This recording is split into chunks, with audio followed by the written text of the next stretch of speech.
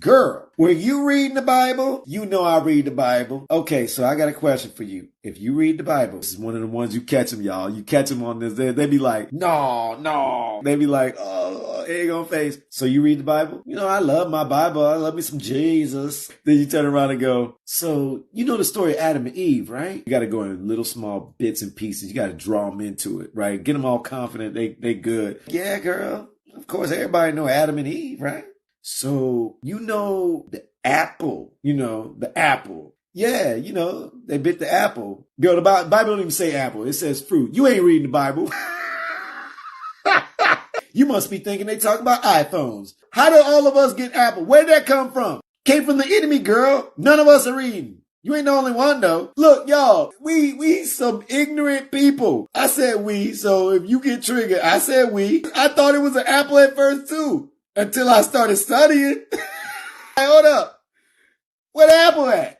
He said fruit. I don't see nothing about no apple. This fruit. Adam said, gave the fruit. He said fruit. He said, don't bite the fruit from the tree. Where did apple come from? Please, somebody help me. Like, where did apple come from? Test every person to say, I love me some Jesus. I love me some Jesus. So you read the Bible? You know I read the Bible. Do you really?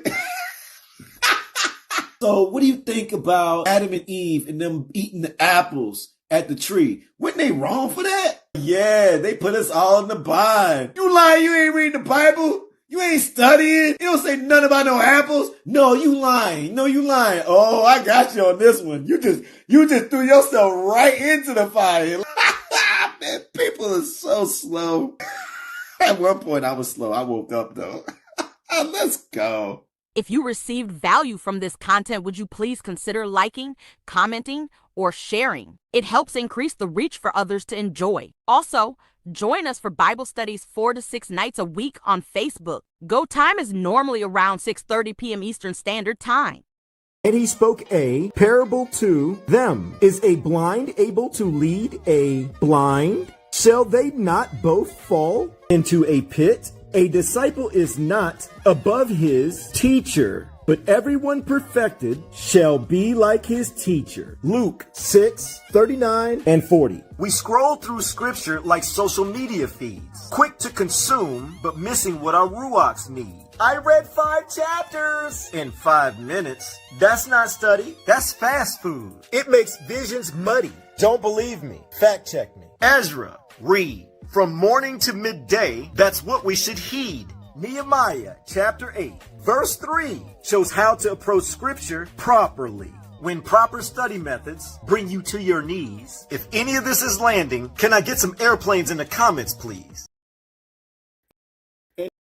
And Joseph was handsome in form and handsome in appearance. And after these events, it came to be that his master's wife lifted up her eyes to Joseph and said, lie with me. Oh, wait, hold up. So, Potiphar's wife, she wants to smash, she wants some of that D. She wants some of that Joseph D. If you new to the family, don't let that trigger you. Hold up. I just got to make sure that all the new family know we are straight up legit, like real over here. All right. Don't act like, you know, it's too much. Like, it is what it is. She said she wanted to lay with him. And I'm expressing that this is how I am. So this is what you're going to get, okay? So we ain't going to get that church stuff in where it's like, oh, no, I can't believe you said. Just say intercourse and keep it simple. No. I want it to sting and hit hard because for some reason, the public can't seem to hold on to these stories. So I'm going to make sure it stand out so hard in your mind that you can at least hold on. Be like, dang, she did want to smash, dude. You ain't going to see the pastor say smash. Smash caught your attention. Smash made you giggle. Smash made you remember that she over here trying to be a thought while he over here trying to do right for Yahuwah. See, that right there made you keep the story. While the pastor's going to give you a motivational speech. It's a message to make you feel good that Joseph needed some patience and Joseph needed some courage and he was able to withstand this woman's sexual deviancy. Man, stop. Doing too much. Let's get back to the regular story and just keep it simple. All right, let's go. Where was I at? Maryland? They say grace got them covered, but they still don't change. Let's go. Let's go. What shall we say then? Shall we continue in sin that grace may abound? Yahuwah forbid. How shall we that are dead to sin live any longer therein? That's right. Grace ain't a hall pass to play pretend. It's power to stop what the flesh defends. Paul never wrote for the lawless crowd. He spoke to the called who were bowed. I'm proud. They twisting letters like a license key. But the code of truth still locks the free. Mercy moves when repentance starts. It ain't permission, it's a brand new heart. Grace ain't a loophole, it's beautiful change. Don't twist the letters, don't rearrange. Mercy teaches what the law began. Obey the word like a born-again man. Grace ain't a loophole, it breaks the chain. Power of Yahuwah runs through the vein. Still the same name, still the same plan. Grace ain't a loophole, walk it again. For the grace of Yahuwah that brings salvation has appeared to all men, teaching us that, denying ungodliness and worldly lust, we should live soberly, righteously, and reverently in this present world. Keep grace talking smooth in tone. Say come as you are, but never leave home. Grace pulls you out. It don't patch your sin. Don't patch your sin. It's rescue rope, not a place to swim. No place to swim. They preach comfort while the narrow cries. Pick up that stake and crucify. Yeah, mercy ain't grease for a slipping hand. It's the grip of truth so the soul can stand. Fire don't fall where the heart won't turn. Fire don't fall. Lay grace is a lesson you gotta learn. Oh, Ruach power, discipline, flame. Grace and Torah speak one name. Barak Yahuwah, Aluah, Rumamu Yahuwah. Can I get Barak Yahuwah? Barak Yahuwah, Aluah in the comments, please. If you know his favor calls you higher, type no more loopholes set on fire. For certain men have crept in unaware, turning the grace of our Aluah into lasciviousness and denying the only master and our Yahuwah. Yeah. They selling grace like a coupon code. Send half price down a churchy road. But the fine print reads, repent and live. Only obedience proves you his. If you trample blood for a week and thrill, Hebrews 10. Judgment's real. Judgment's real. Grace was costly, blood and play. Don't cheapen love. Don't mock his faith. Don't mock his face. If we sin willfully after receiving the knowledge of the truth, there remains no more sacrifice for sins, but a fearful expectation of judgment. Grace ain't a loophole, it's beautiful change. Don't twist the letters, don't rearrange. Mercy teaches what the law began. Obey the word like a born-again man. Grace ain't a loophole, it breaks the chain. Power of Yahuwah runs through the vein. Even as our beloved brother Paul also wrote according to the wisdom given to him, in which some things are hard to be understood, which the unlearned and unstable twist, as they do to other scriptures, to their own destruction. Barak Yahuwah, Aluah, Ruamu Yahuwah,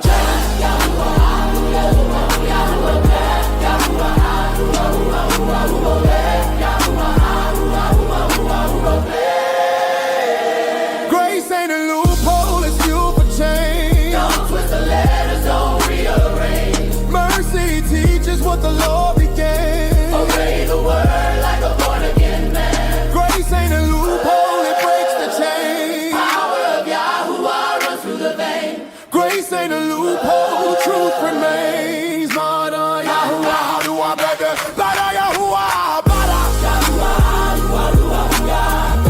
Yahuwah, Aluah, Yahuwah, bro. Yahuwah, Aluah, law still stands. Mercy reigns.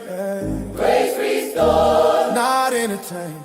No loopholes here. Just hearts retrained.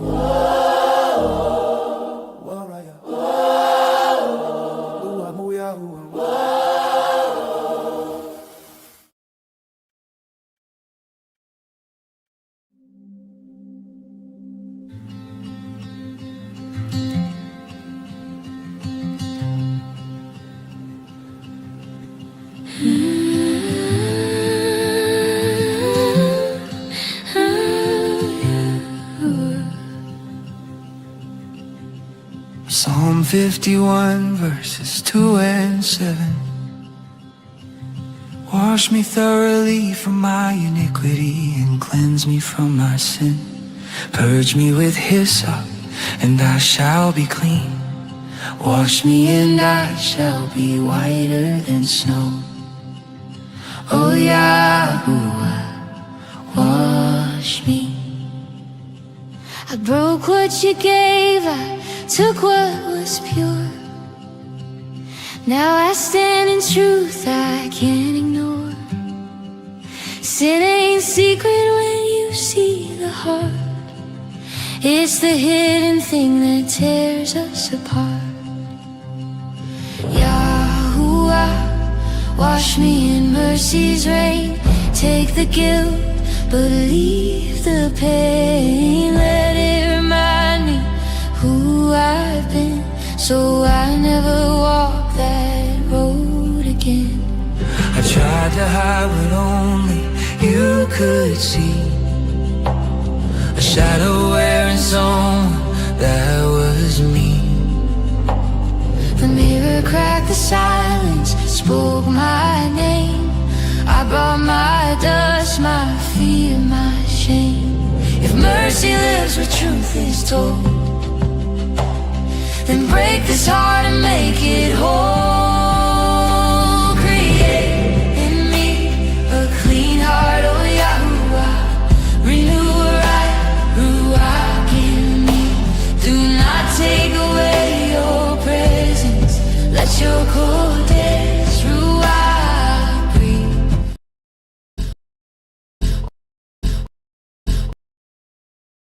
Wash me again till the stain lets go. Hold me again till your river flows. Create in me a clean heart, oh Yahuwah. Renew a right ruach in. Can I get Barak Yahuwah in the chat with ease? Can I get Rumamu Yahuwah if you feel that peace? Hearts lift high, let mercy release. We the assembly move as one with ease. Oh Yahuwah, wash me. I chase the sparks that fade tonight. I learn the cost of borrowed light. The quiet ache I could not numb became the place your kindness come. If mercy waits where tears belong, then break me soft and make me strong. Create in me a clean heart, oh Yahuwah. Renew a right ruach in me. Do not cast me out from your nearness. Let your kodesh ruach breathe. Wash me again till the scar turns white. Teach me to walk in honest light.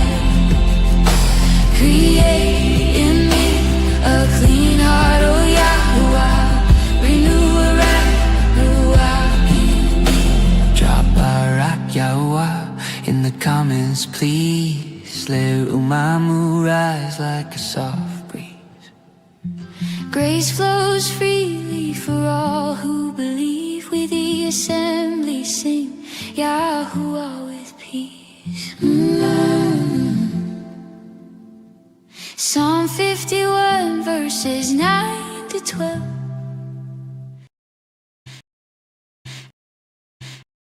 Hide your face from my sins and blot out all my iniquities. Create in me a clean heart, O Yahuwah. Renew a right ruach within me. Cast me not away from your presence, and take not your kodesh ruach from me. Restore to me the joy of your salvation, O Yahuwah, wash me. You break the bones to set them true. You press the wound to make it new. You lift the low, you still the storm. You find the heart that longs to more. Not for the show, not for a name, but for the love that heals our blame. Create in me a clean heart, oh Yahuwah. Renew a right ruach in me. Do not take your nearness from our breathing. Let your Kodesh ruach breathe. Wash me again till the rivers run. Make me a place for hurting ones. Create in me a clean heart, oh Yahuwah.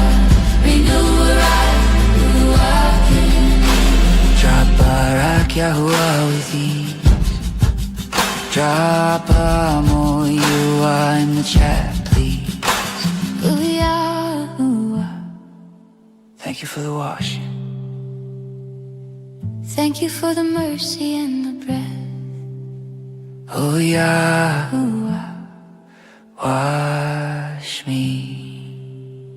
Kodesh ruach breathe. We the assembly believe.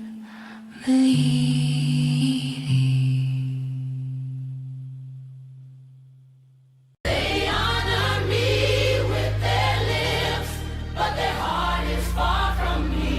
Matthew 15, verse 8 and 9. Yeah, they teaching rules of men again. Yeah, they teaching rules of men again. Yeah, we came to turn the light back on. Yahushua, Yahuwah, let's go. Yeah, I see them quoting feelings, not command. Turning truth into a brand. Selling grace with dirty hands. Calling freedom while they stand. On the stage built out of sand. Tradition louder than the word. Us asleep but still they heard. They rewrite Torah for the fame. Then wonder why the fire burn. Blindly the blind, ditch at the ditch. Truth in the book, but they flip that script. Honor with lips, but the heart don't fit. Yahuwah, open eyes so we don't trip. But every plan which my Father have not planted shall be rooted up. Pull it up, root it out, let the real take sprout. Yahushua, Yahushua, Yahuwah, let's go.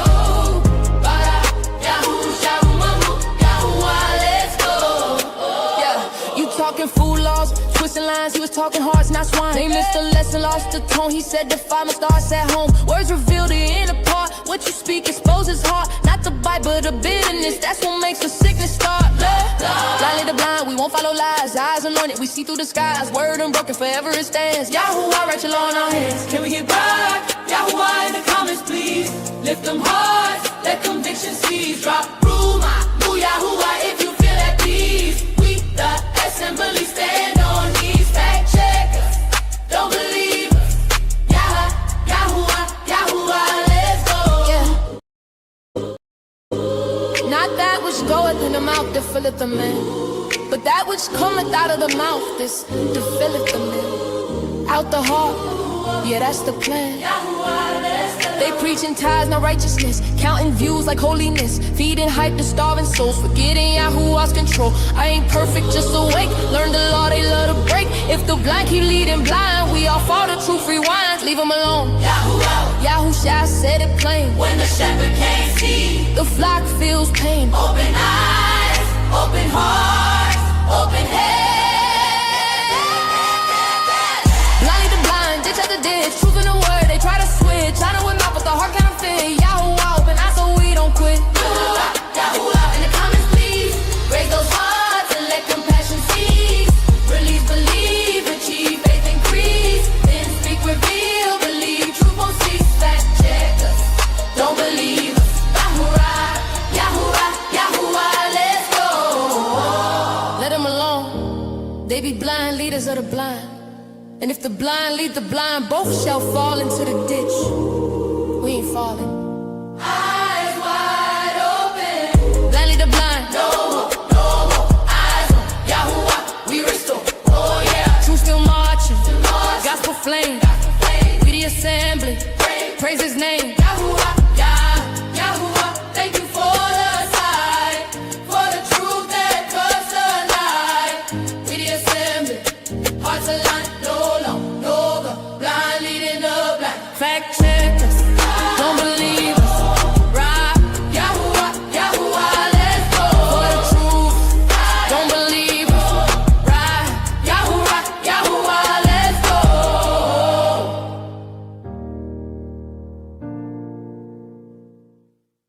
Our ancestors faced the curse. Deuteronomy 28 made it worse. Scattered to the nations, forgot who we are. Lost in darkness, wandering afar. Enemy trapped us with spells we don't see. Monitoring, spying, stole our identities free. But now the remnant is waking up. Yahuwah's truth filling our cup. We see the lies that held us down and ready to claim our righteous crown. Times seem scary, but his word stays true. Consistent since the beginning. Me and you. The warfare is real, and we strengthen our fight. Ready to serve with all our might, like dry bones awakening in the valley. Yahuwah's Ruach calls us to rally. Bone to bone, sinew and flesh. His breath bringing life, making us fresh. 10 tribes returning from Euphrates dry. Ancient knowledge flowing from the sky. Clean up our language, speak life, not death. Yahuwah's word gives us breath. Standing army rising from the ground. His people awakening with mighty sound. Prepare the 144 for what's ahead. Wisdom and strength by his Ruach led. Kingdom not made with man's hands, while Yahuwah's thoughts created all land. Ready to sacrifice like Yahusha gave. His life for the lost, the souls he would save. All esteem to Yahuwah. All praise his name. The world doesn't know him, but we're not the same. Shalom. My name is Elon. Pronounced like you're going to cut grass, like you're going to cut a lawn. It's not spelt that way, but it is pronounced that way. And this is Scripture Study Live. Well, in some cases, we're pre-recorded. I have 2 goals. First goal is to give esteem and to serve our Creator, Yahuwah. Second is to add value to you. And I'm in Palal that both those goals get met in this study. Here's a few things you need to know about our studies. Number 1, we take our time. You've heard the statement, crawl before you walk. We've learned in this community, never try to walk, stay crawling. If speed is your thing, you want the information right now, this may not be the community for you. Number 2, if you have any version of scripture, have it ready during our study. And follow along as best you can. It don't matter if you have a KJV, BYNV, Sefer, Geneva, my personal favorite, Hallelujah Scriptures. All of them, including the Hallelujah Scriptures, have errors. It's the storyline you need to focus on. We've been sold a different story, and we realize it's been sitting in front of our face the entire time. And it doesn't matter what version you're using. It's all telling you the same. The biggest changes that you can study over and through is the fact that they stole his name. If you're using the KJV and it says G-O-D or L-O-R-D, simply put Yahuwah's name was there. They just removed it and then put those 2 titles we've been using. Third thing, we encourage you to take notes. The date of the study, the books that we're studying, chapters and the verses, and your takeaways. This is going to help you in the future see your own growth. Write down what stood out, the things you can relate with. You know, the things you've learned. If you're hanging out with us for the first time, shalom, that means peace, and all esteem and Barak Yahuwah that you're here. However, there's some things to know about our community. We might talk a little differently than what you're used to, like in 2 different ways. The first way, we're very honest, we're very authentic. Some would say brutally honest. But it's okay, we start off with ourselves first. We don't sugarcoat nothing. So be ready for that. Second way, we believe what Scripture says. Death and life is in the power of the tongue. We believe that the fruit that you speak is the fruit that you're gonna eat. Our words matter. So you'll find us using more Hebrew words as a replacement for more pagan words. For example, the word pray, we say palal. It means petition or pray to your Creator. The word glory, we use the word esteem. The word bless, we use the word barak. Bless has past, present, and future tense spellings, by the way. They're all a little different. Here's another one. Now, I know this is going to sound crazy for the person who is unaware of this. The word good actually means wicked, and the word mourning represents death. So technically, people are saying wicked death to each other. We're not weird. We're just practicing and applying what we're learning.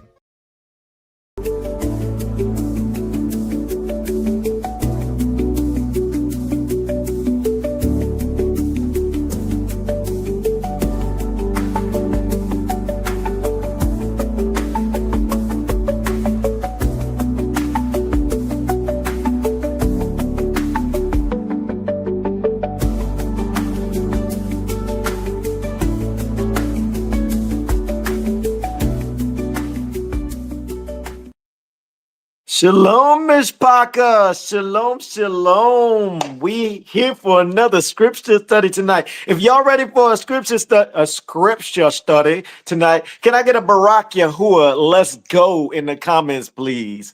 Mishpaka, before we get going, I got to give a special congratulations. They know what's coming. Shout out to Purdy and Jeremy. They got married. I'm so happy for y'all, man. Y'all so amazing. I love the fact that y'all got married today, if I'm not mistaken, and y'all both hanging out in the lobby with us. Y'all now spending time with each other.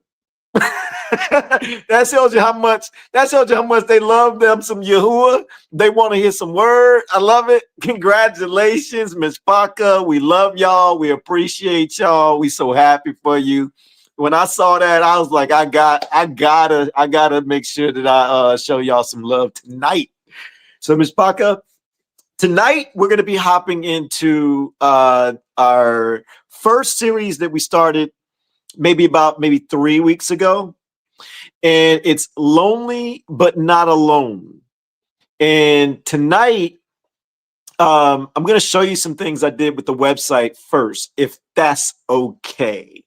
I'm gonna try my best to make this fairly quick, but our website is designed to give you complete value, and we get a lot of new mishpaka that come into our community, and I want to make sure that they know they have resources, they have help, they have a clean understanding without all the cloudiness that's out there going like this. This you're supposed to do this, supposed to do that, supposed to do this, and they have a lot of questions. So we're in Palal that our website can be a go-to place, not only for new mishpaka, but for also you, the vet, who you've already went through a lot of those stages that the new mishpaka is going through currently now, and you have a much better understanding that you did 6 months ago or 3 months ago, or even last week at that. This website's also designed for you to fix it to where you have a place where you can get even more deeper into the understanding that you have and give you confirmations and things to that nature. So, and one more thing, I don't know what happened on my personal page, but the live went down. So whoever was on my personal page and the live went down, I shared the main page to my personal page. Just to let y'all know that I don't know what happened. Whoever was in there, I don't know why it just stopped. But hey, everybody's here on Facebook. We all on the main page today. So I'm just happy you guys here. Barak Yahuwah for you. Wait. I know Shaquille gonna say blow the premium. Y'all, I'm practicing something. And sis, I know you smiling right now. Sherry's one of our admins, and she has like she gave me some tips on blowing the chauffeur like a horn, and sis, I'm still practicing. Okay, I tried and it was like hurting my mouth, so so I'm just gonna do my best. All right, but I heard you loud and clear, and I'm gonna try to get good at it. But we're gonna blow the chauffeur. Let's go.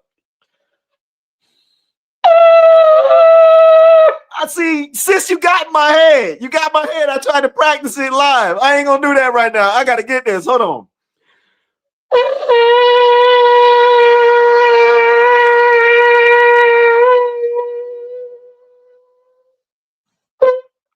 Barak Yahuwah, Alua, for his word and for waking us up and giving us an opportunity to be able to get to know him tonight.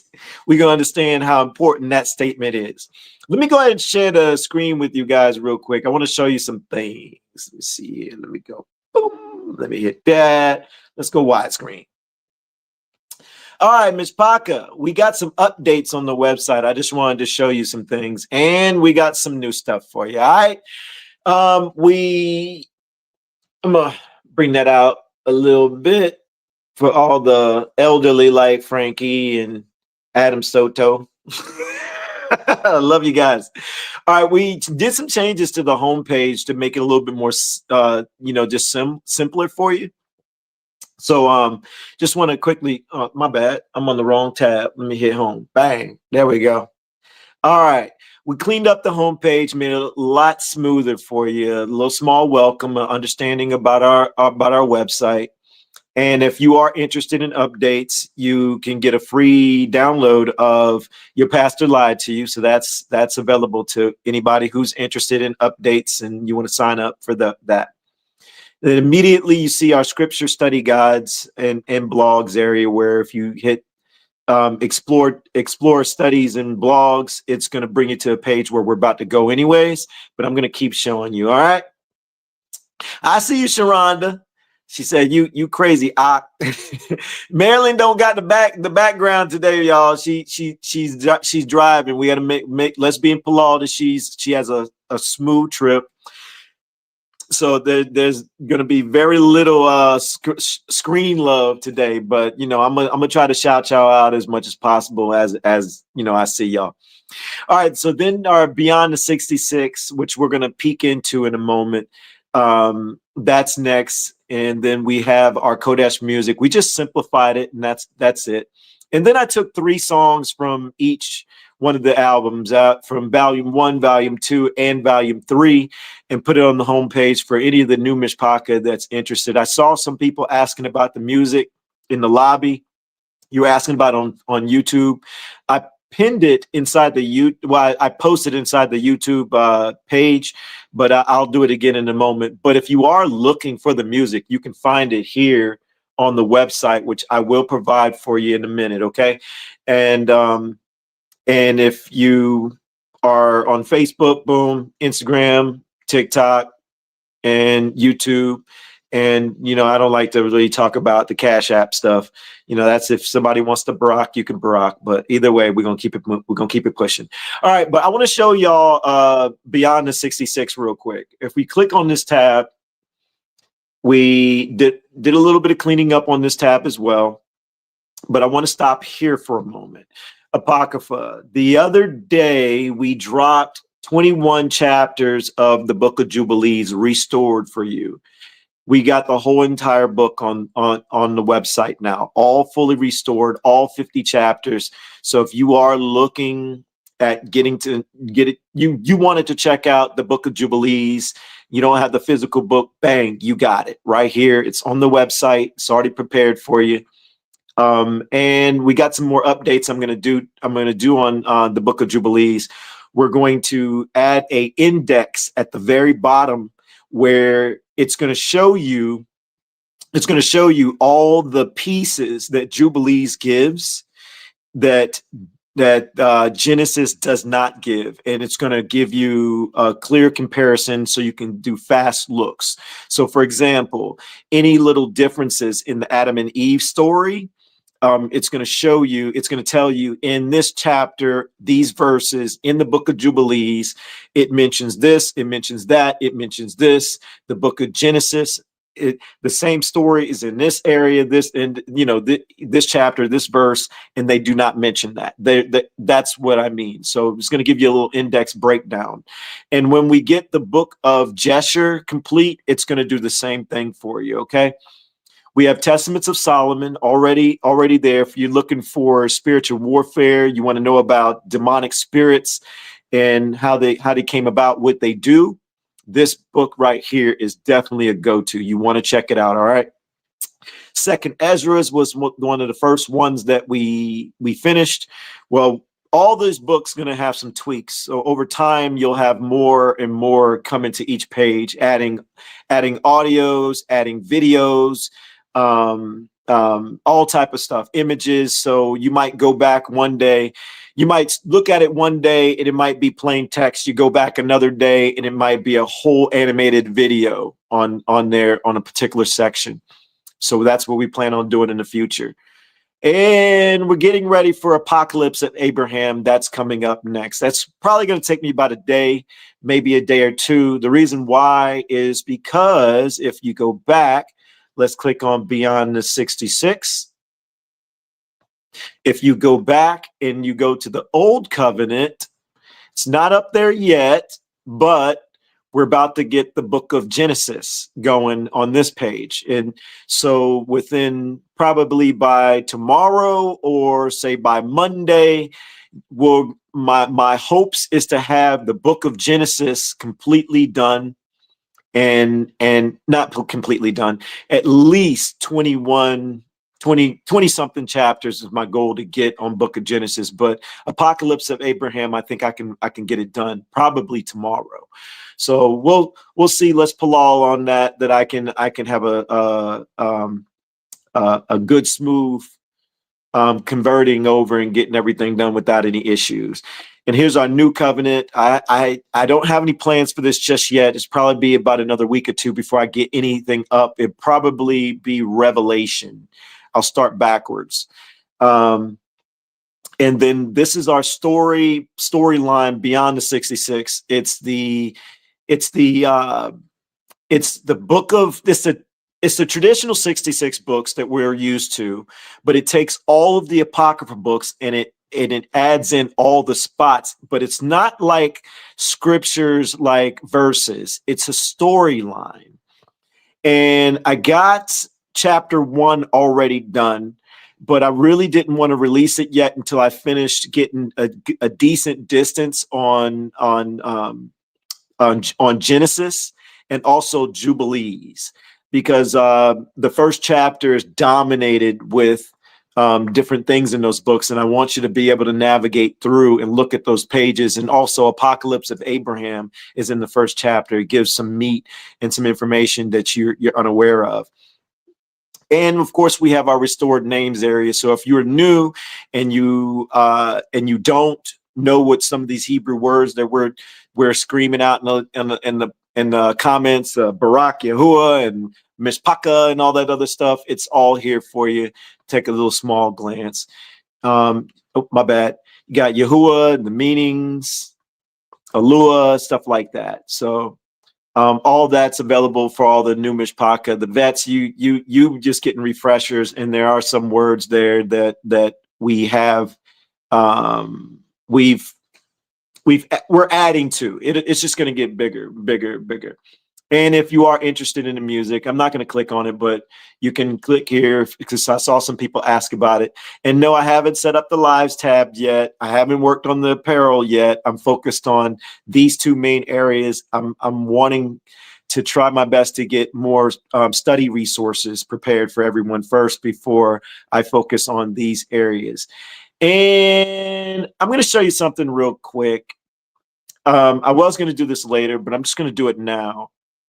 All right, so the first fruits donations area. Okay, if you look at this is just kind of plain. But I want to show y'all something. I'm going to close the screen out, and I will show you something that we've been talking about. Let me zoom out. And this is coming soon to everyone. Kingdom Economics' first stage is starting to get set up. For all the new Mishpaka, this is Kingdom Economics. Kingdom Economics is any revenue that comes through We the Assembly. What we're doing is we're only taking what we need. What does that mean?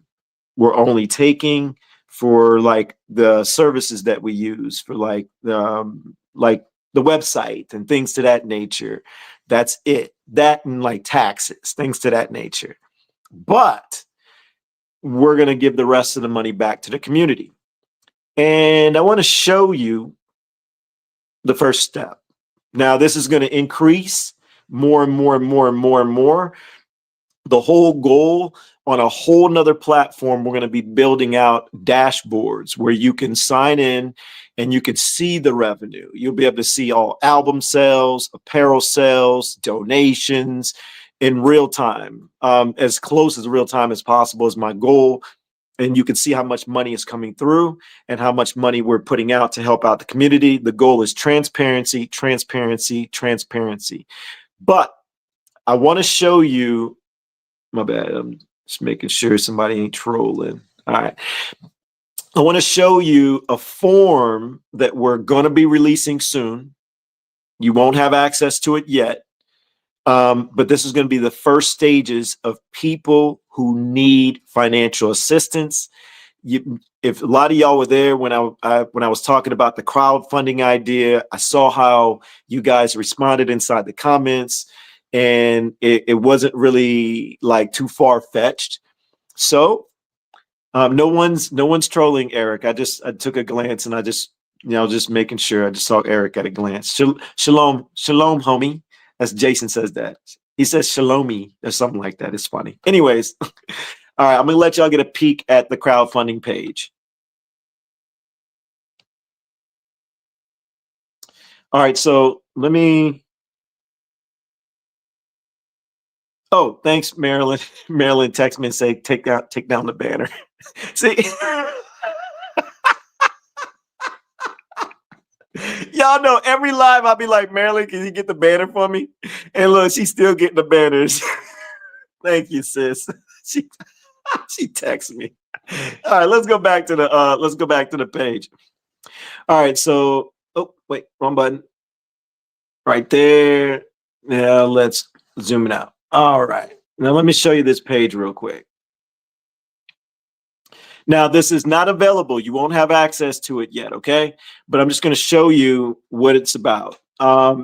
It's pretty much a greeting and just kind of letting you know a little bit about the program at the top. I'm not going to read all that right now because I do want to get to the study as soon as possible. But it's going to be a form you're going to be able to fill out. First name, last name, email, phone number, city and state, age bracket, not your actual age. Single, married, parent. And I'm going to tell you why this is all important in a minute. Widowed, how many children do you have in the home? Employment status. Do you currently receive government aid? That's optional, so you don't have to really answer that, but it's there. It does help us get a better picture on how we can help you, okay? And then we have please select all that apply: rent, eviction, prevention, utilities, food assistance, car repair, medical need, emergency situation, other. And you got an area for deadline or urgency to let us know what your situation's like so we know how to help you best. And then we need an understanding of your scenario so we'll be able to help you. And you'll understand, just bear with me, you'll understand why we need all this information. But then we have a maximum at $500 to be able to help a person. But if there's a need more than that, it'll go under like a different type of situation to where myself, the admins will definitely be helping out with this a lot because I won't be able to do everything. But if there's a big dire need and it needs a little bit more attention, that's when I'm gonna probably approve a little bit more. But anything over $500 will be a different scenario and a little bit more critiqued. And then you have, before submitting, please read carefully. Every item below must be confirmed to participate in the Kingdom Economics Program. All this is your oath. This is your oath to Yahuwah, denouncing all deities. And the reason why, let me go widescreen. Let me be very, very clear on this. Every dime that comes through We the Assembly is given to Yahuwah. It is his money. It is not mine. Everybody who sows a seed into what we're doing, whether it be music, when we do the apparel, whether it be just a donation, whatever it is for Yahuwah. So what we will not do is assist anyone who calls on JC or God or LORD or any outside deity. Yahuwah, Yahusha. And we're being very strict on that. It's his money.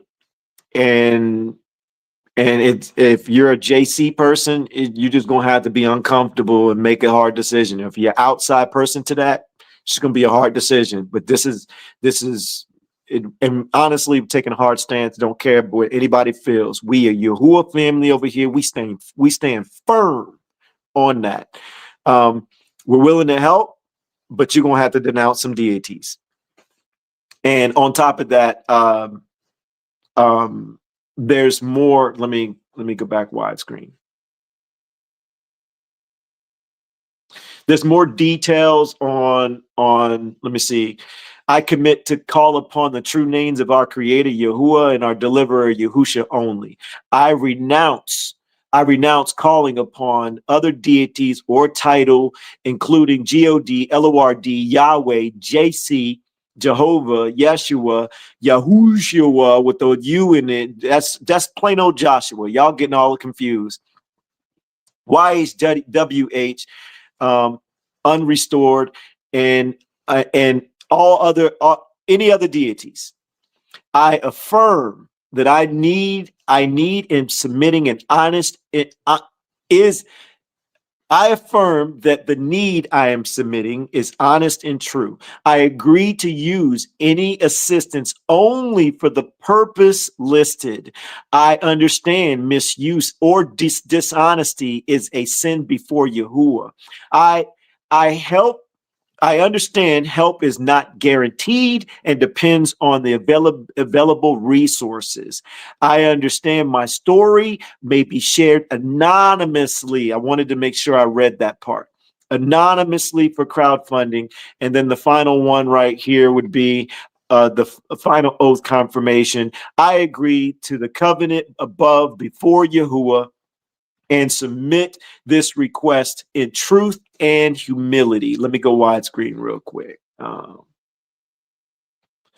Mishpaka, some people are going to have a problem with it, but hey, and I know some people are going to be appreciative. If you're a person have a problem with it, just hang out with us. That's all I ask. Hang out with us, study with us. Don't let the name bother you. But if you are in need, we want to help you, but we're going to make sure that Yahuwah's money goes to his people, the people who call on him, not anyone else outside that. We have to be very, very wise with the resources that we have in the beginning stages of this. So we're not going to be all willy-nilly just throwing money out to everybody. But we want to help. We want to help. That's the goal of this whole entire project. So if anybody has any concerns, you could go to the contact us area on the website. It's right at the top and you can express your concerns, but I'm just telling you, I'm just going to repeat what I'm telling you now. I've already had one person kind of send me a concern like that. Not same thing I'm telling y'all now is the same thing I emailed back. So there's no budget on that. We standing firm for Yahuwah. Barak Yahuwah. Can I get a Barak Yahuwah in the comments, please? If you standing straight, you standing with this oath that you if you want the help, you're gonna have to denounce these deities. And I'm just gonna skim through the rest because I do want to get to the study. Then there's some consent and legal safeguards that you guys, when you guys see it, you check it out a little bit more. You can come back on replay. You can pause it and check it out. It's on the screen. We ain't hiding nothing. And then there's a submit form, and also the bottom area lets you know that if documentation is needed for verification, such as eviction notice, repair estimates, shut off notice, medical bills, our support team will reach out directly. Please do not send documents unless specifically requested. And then it gives our support email and to remind you to keep a close eye on to your email. So this is the first stages, Miss Paka. We're going to be releasing that soon. I just really wanted to take the time to show you guys that we heard you, we appreciate you, and we're here for you. And I just want to take one more moment before we get into our study and think. I'm not going to call out some names. I'm not going to call out names because what's ever done in private is done in private. But there have been a handful of people who have went to the First Fruits page and have baracked the community. One person at a very, very high level, and wasn't expecting what they did. So you know who you are. Thank you for what you did, and I want to thank the other ones who have also donated in that area. And that money is going to be some of the first seeds that's going to be sown through this program to our Mishpaka. So your seed will definitely go to people who need it, and anyone else who, I'm not talking about that, but if anyone else who purchased music and you're looking to purchase music, I want to thank you in advance, and I want to thank you for the ones who already have. We've been stockpiling that too, so all of it's going to be put towards this program, and this is only going to get better once we get more automation set up. The back-end dashboards. The goal is to get a lot of this automated to where a person signs up and you see things moving. Right now, we're manually making all this work. So we're asking for a little bit of space, a little bit of patience, a little bit of favor. Thank you, Shakir. I caught what you were doing, Aki. I sees you. I sees you. A little bit of favor, meaning grace. We're trying our best here. We're starting from scratch. Some errors might be made. I don't know. Now, I'm not going to say that. I'm not going to say that. That words are spells.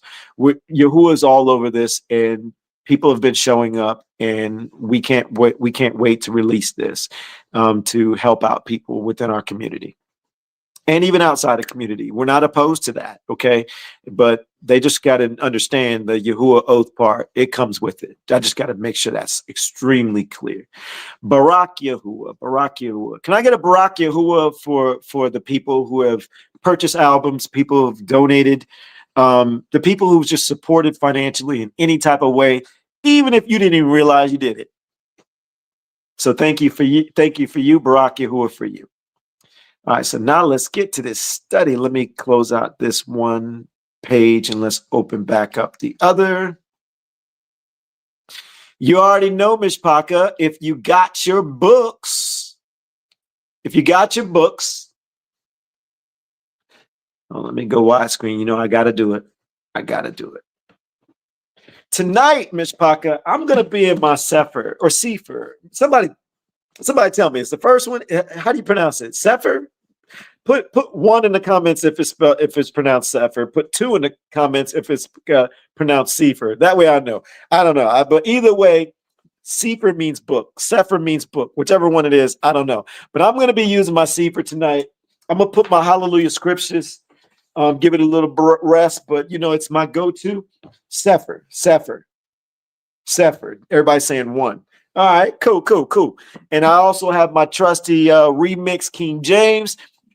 But you, Mishpaka, make sure you have whatever book that you have. It don't matter if you got the KJV, whatever version you got, open it up, be studying with us, okay?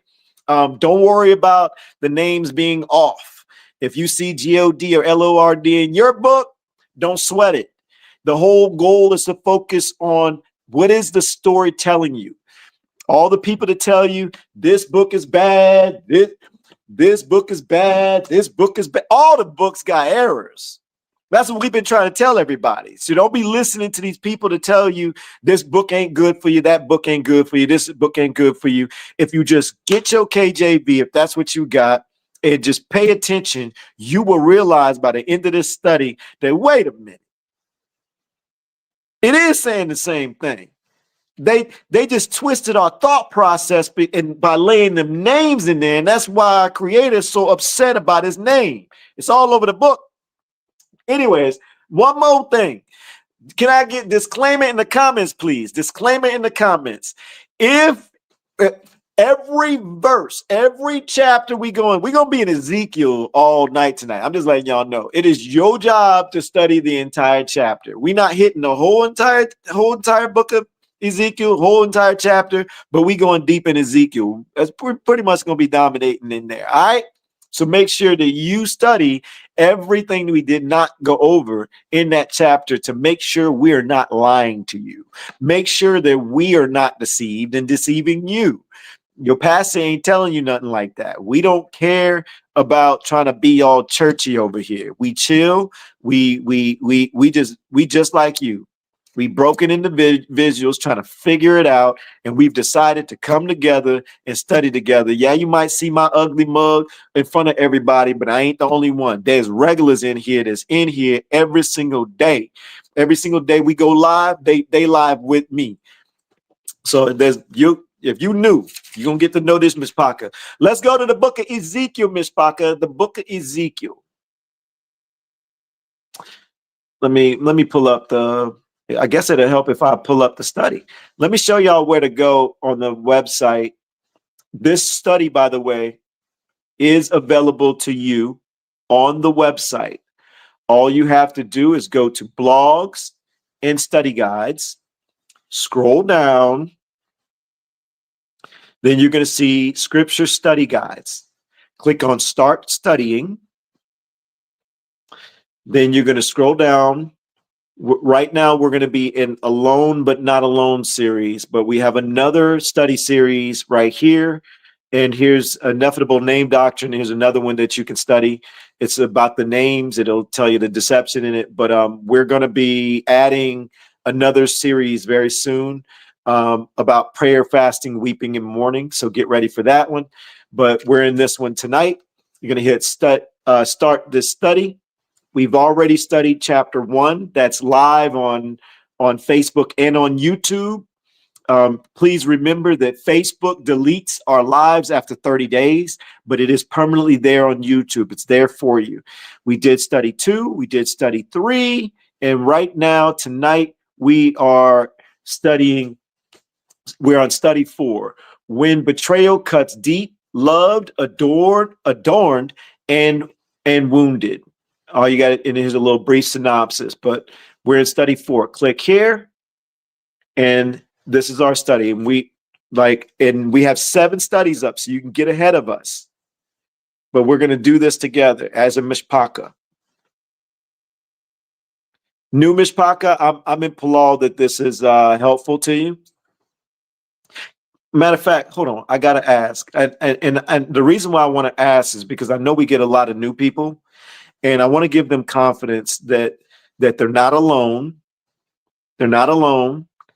And the feelings and emotions that they're feeling right now in this walk is a similar feeling that all of us have been through. But for everybody who has been checking out the site, and before we get going, I'm gonna drop the link in the comments for y'all. I just realized I promised y'all that, and I want to do that for you. Okay, YouTube, it's actually in your description areas. But if you've been a person that has been taking advantage of these study guides, you've been hopping in advance. You've already done study 4. You already know what's up, right? You've been waiting probably for us to go live and do it. Has it been helpful to you?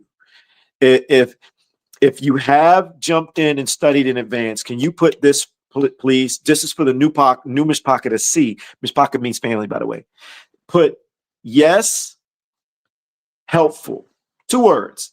Yes, helpful. Yes means you have jumped on, you have looked into it, and you did go study it. Helpful means you gain value already. That way a new mishpaka can go, okay, bet. All right, okay. I see how they get down over here. Courtney Rose, shalom, shalom. Miss Hawkins, thank you. Christy, what up, Christy? Where Aki at? Is Aki in here? Philip? Shalom, Miss Parker, shalom. Erica Young, shalom, sis. See, look at these people. Look at Miss Parker. Isaac, that's what I'm talking about. YouTube, wait. I said Redetta Brooks, let me. My first time being here. Bride YAHUAH, Alua, Miss Sandra, what up, sis? Shalom, shalom. Man, this Mishpaka is deep. Man, let me, hold on. I just got to say this real quick. All right. On YouTube, there's 38 people. We got two YouTubes running at one time. But on Facebook, there's 103 of y'all jumping. What up, Philip? I see you. All right, let me stop getting distracted. Let's get this study going. All right, Hero, what up, Aki? I had to do one more. All right, Mishpaka, we're in Lonely But Not Alone. The bride whom Yahuwah, you are the bride, Mishpaka, whom Yahuwah is calling back to himself. This is study 4, when betrayal cuts deep, loved, adored, and wounded, from broken to beloved. Ezekiel 16 and the wounds of the unfaithful bride. You are the bride. In this study, we walk through Ezekiel 16. So, Miss Pocket, if you got your books, that's where you need to head. I haven't gotten there yet because I'm talking to y'all, but I'm going to catch up. Through Ezekiel 16, where Yahuwah finds his bride abandoned, adorns her with beauty, feels the pain of her betrayal, and still offers a path from brokenness to being beloved. Why this matters. Many believers feel broken. Man, ain't that the truth.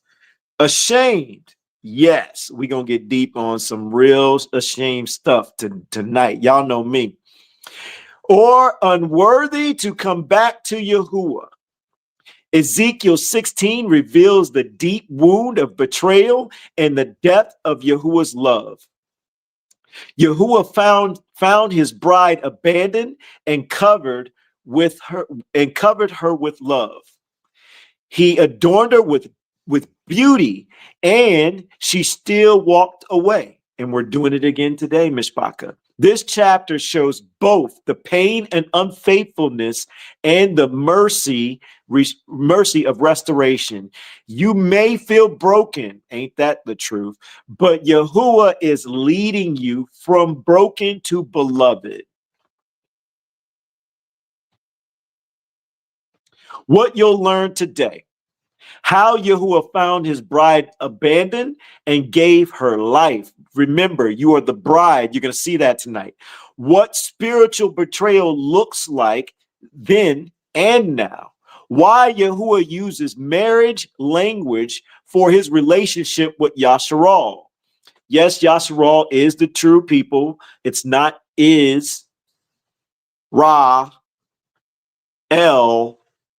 And if you know you're a stranger, that applies for you too. You have been called, you know it. Why you've been called? Because you know the name, you believe in him, you trying to focus on the laws. You may not know everything, but you want to do it. And let me say something real quick, just real quick. Look, if you new to the community, the vets already know, like, I really care about y'all. I focus mainly on y'all than the vets, because I already know they already seasoned. I know what it feels like to feel like you coming in ground zero and you don't know what to do, and you got a lot of questions. And I'm in Palal, Mishpaka, that you've been here for a while. You kind of got past these stages. I'm in Palal that you okay to me taking this time with the new Mishpaka. You were there one time too.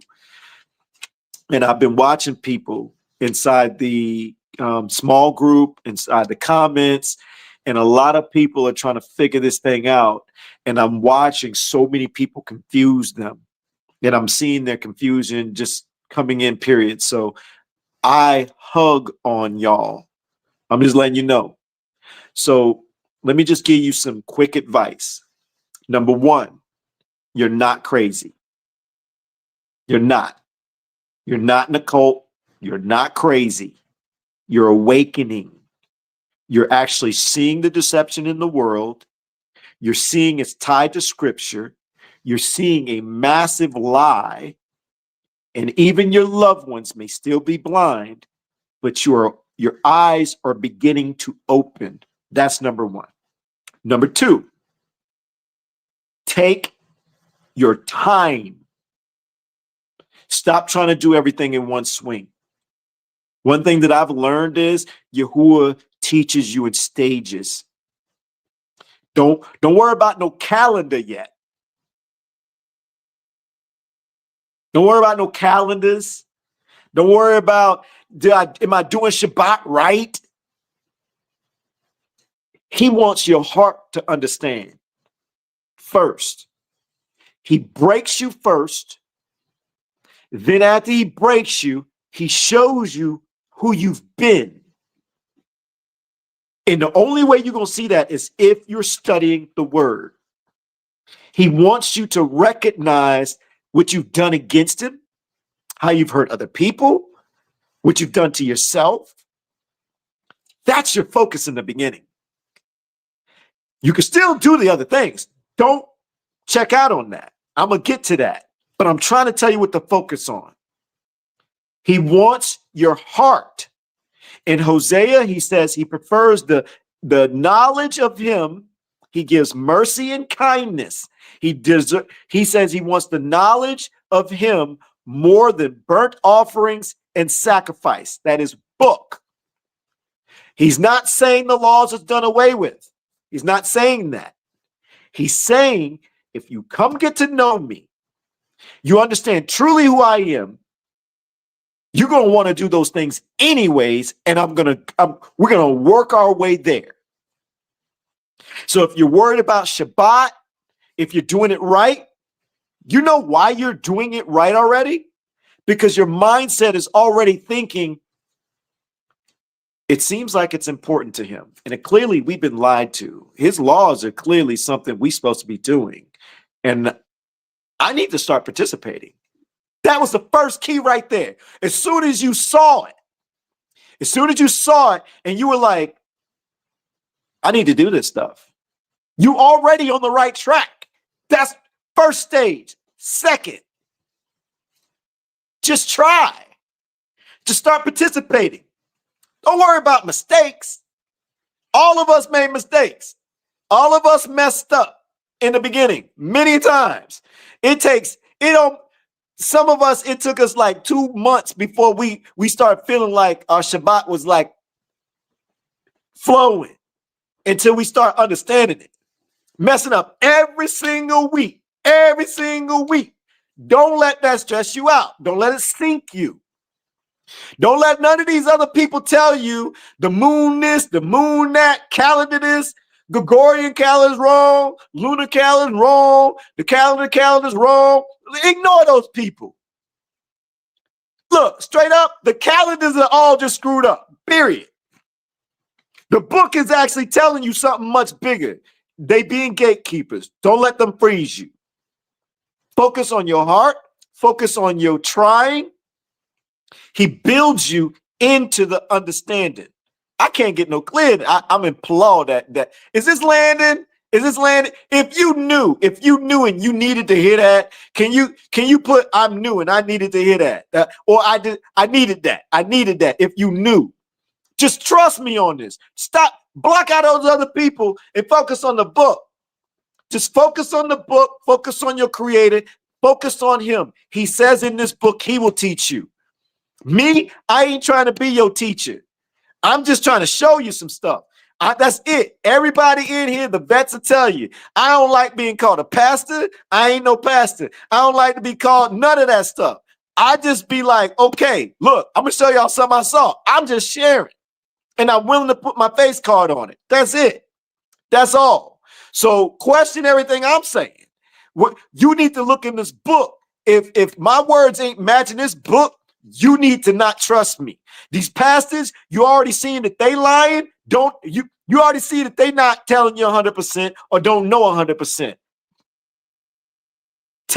You're supposed to test everybody's fruits to try to tell you something. All right. Got that out of my system. New person, we love you. Let's go.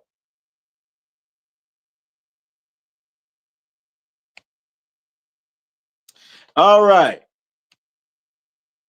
Why Yahuwah uses marriage language for wait, did I read that? I'll read it again. Yasharal. How betrayal wounds Yahuwah and wounds our own hearts. What? And everybody tonight gonna realize how we've been betraying that. That statement so real. How shame keeps us from returning. How Yahuwah restores identity after betrayal. How you can rise again even after deep wounds. What we will read together. Y'all ready? I got to catch up with y'all. I already know a lot of y'all already in Ezekiel. I've been just chit-chatting, so I gotta find it in my separate. Hold on, let me find it. I want to say let me know when y'all are there, but something tell me y'all are already there. Let me see, I'm at 730.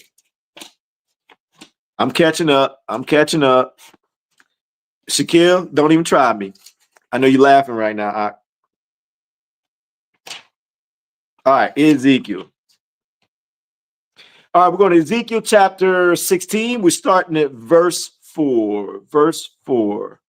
Let me go widescreen real quick. Y'all should be there already, right? Y'all there?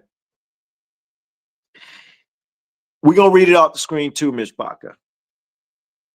And as for your nativity, I don't know if I want to read in this one.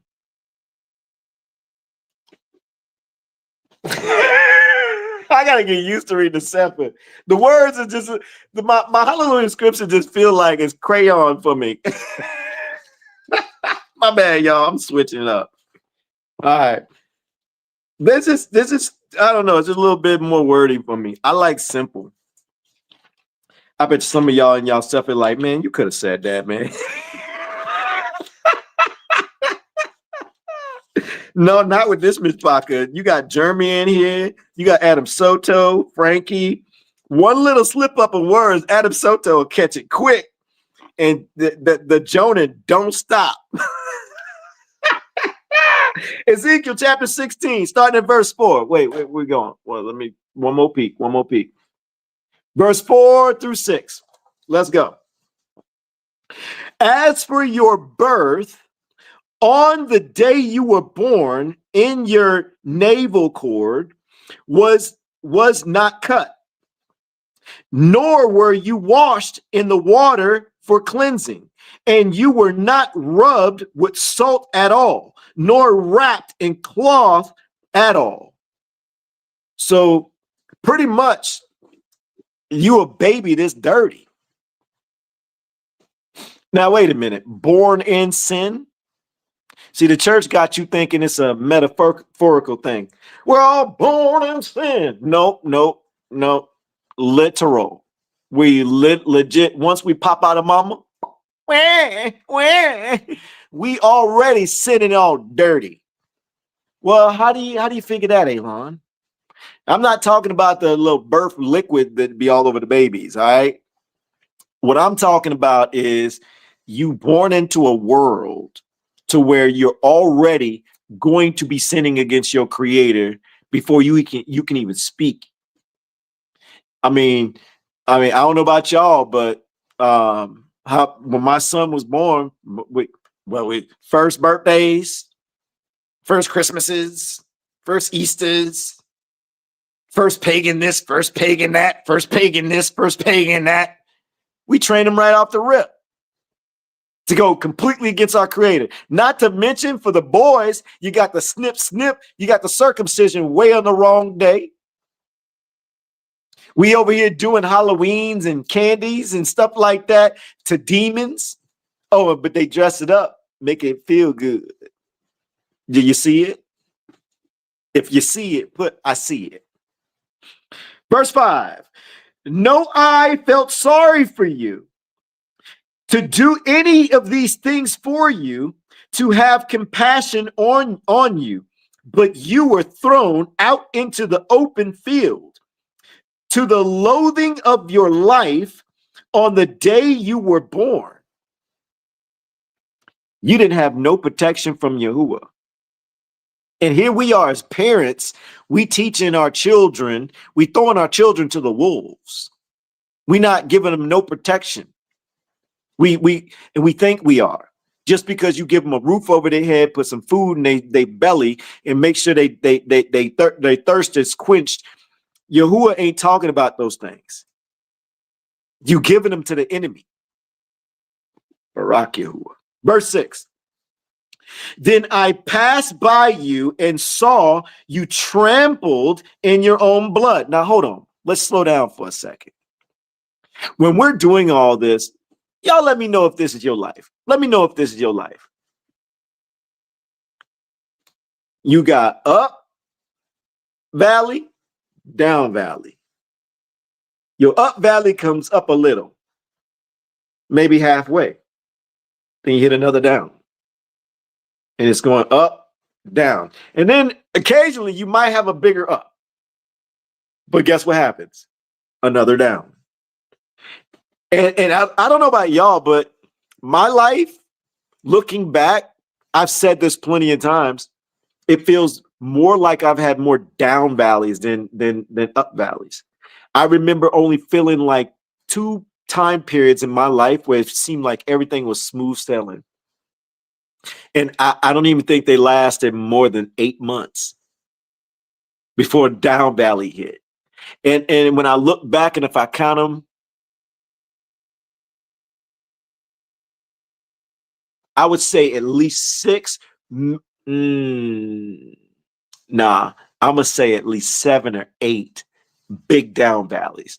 And maybe 3 of them was like rock bottom vibes. I don't know about you. If that's you, look at the comments. Dilbert, that's me. Everybody in the comments, especially on Facebook. I don't know if y'all on Facebook, YouTube. I don't even see you right now, but I know everybody's the same. What does that tell you? That tells you we're on a circle right now. It's a thing. It's a thing. And I don't care how many people got their own social media trying to put their best life forward. No. They fronting. You want to know why I know it's true? Because Yahuwah set demonic spirits to punish us without us realizing it. We give our lives to these spirits and we don't even realize it. We in real legit spiritual warfare. And the more I learn about Yahuwah, I'm realizing you can't beat these spirits if you agree upon the terms. And what I mean by agree upon the terms, your actions, your words, the world will turn around and say, speak it into existence, right? Speak it into existence, girl. Oh, bro, you got to watch what you say. You got to speak, you speaking in things, you got to speak positive on your life. You speak good things happen. Man, shut up. You don't believe it. You don't believe that at all. You don't believe that at all. And then you don't even know that your creator said death and life is in the power of the tongue. Whatever you speak is the fruit you eat. Said it first. And you over here quoting the world. You don't even consider when he says that you're going to be responsible for every idle word that comes out of your mouth. He's trying to warn you. He's trying to say, hey, I put some spirits out in this world. I'm telling you that spiritual warfare is a real thing. And the things you say grant access. Your actions that you do give access. You're agreeing to the terms. You know what I've come to realize in this season of my life? When he says that these demonic spirits have no power over you at all, they legit don't. Consider this. If you are speaking something and then they get to play with you, that means they needed permission. So what does that mean? Stop speaking so much. But wait a minute, he also gave you a tool. I rebuke this in the mighty name of Yahushua. I refuse to participate in with these demonic spirits. I I will denounce or I refuse to take part with the spirit of pride. In the mighty name of Yahushua HaMashiach. Oh, the world gonna turn around and tell you JC. Oh, but then the next moment, what they doing? They doing demonic stuff that they don't even think is demonic. They about to do on the 25th. They about to do some demonic stuff. They about to give access, grant access. Oh, you partying with us, and you calling on JC?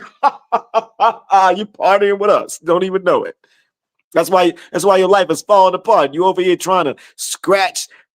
You looking for pennies under your couch so you can buy your baby some Christmas gifts. And you struggling and you stressing out over it. But you have no idea I'm helping making that happen for you.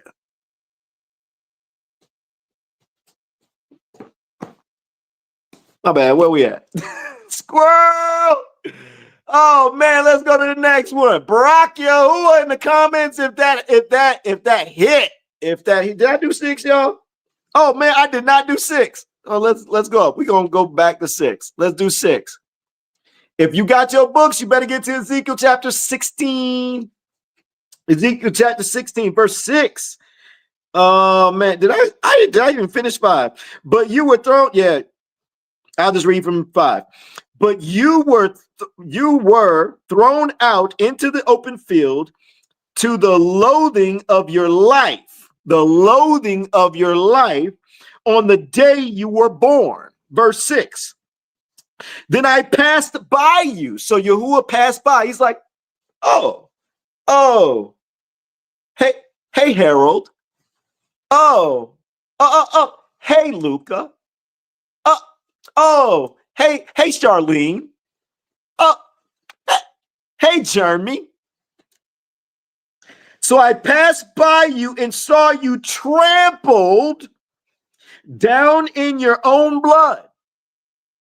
He saw you low. He saw you at your lowest. And I said to you, in your blood. So while you were in your lowest, live. And I said to you, in your blood, live. He's saying, yo, I got you. Get up. I got you. I am the Bride YAHUAH is what he said. I see you. I see you, Adam Soto. I see you, Sharonda. I see you, Robin. I see you at your lowest right now. Watch how this pans out. Watch how this pans out. Bride YAHUAH. Oh, I almost closed out the browser by mistake.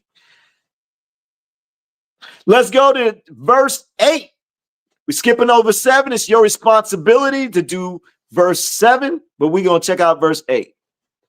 We're not bouncing around it like on purpose. All right. Again, I passed by you and looked upon you and saw that your time was the time of love.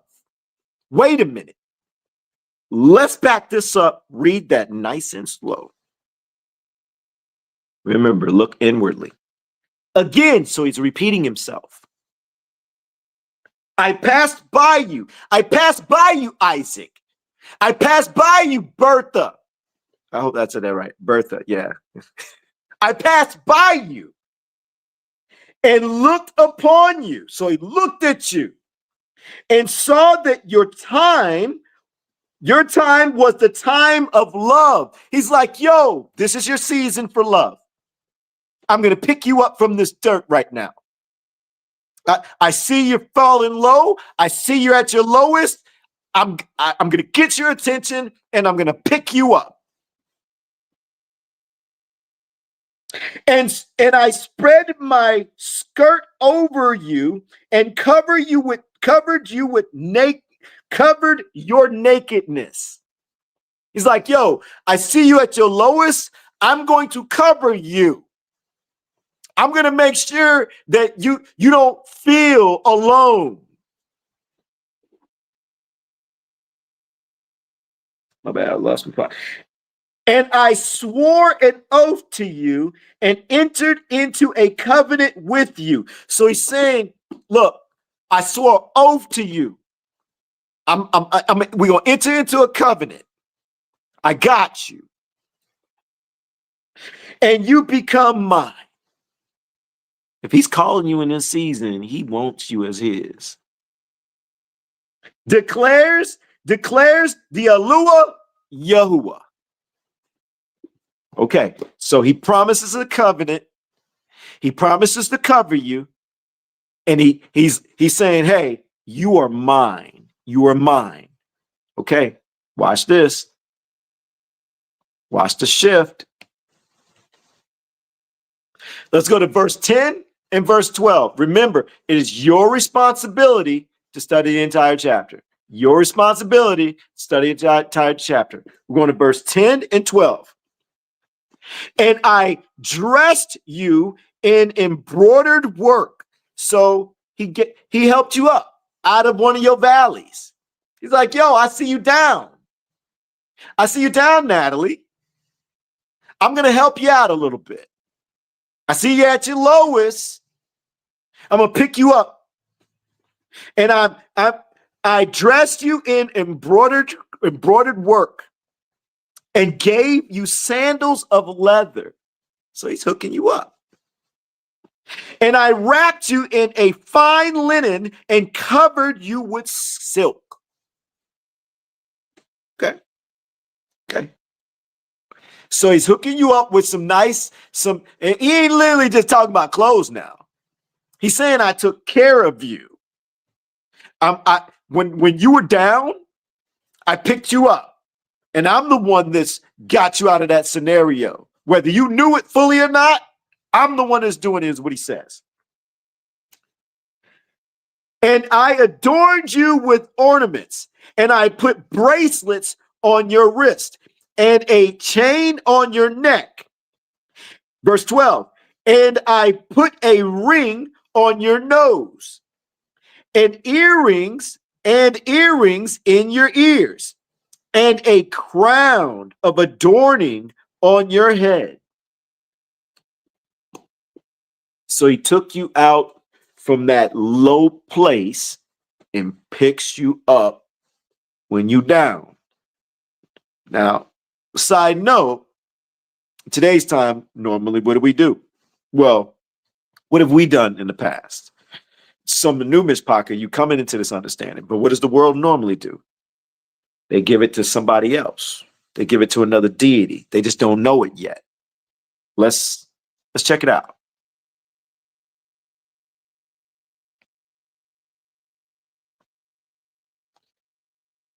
Now we're going to do 13 and 14, and we're going to go ahead and hit 15. Now we're going to do 13 and 14, then we're going to talk about it, then we hit 15. Thus you were adorned with gold and silver, and your dress was of fine linen and silk and embroidered cloth. You ate fine flour and honey and oil, and you were exceedingly pretty and became fit for royalty. So let's really make this make sense. You started off down in the dirt. He calls you and says, okay, I'm going to help you. I see you at your lowest. And I'm going to pick you up. And I'm going to clean you up. I'm going to give you a better scenario. I don't know about y'all, but that's the up and down valleys. Sounds like right now, okay, in the beginning, when we started, that was a down valley, was it not? And right now, it sounds like an up valley.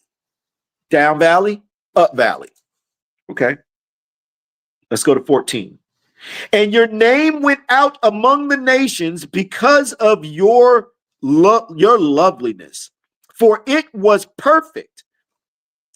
By my splendor, which I had put on you, declares the YAHUAH.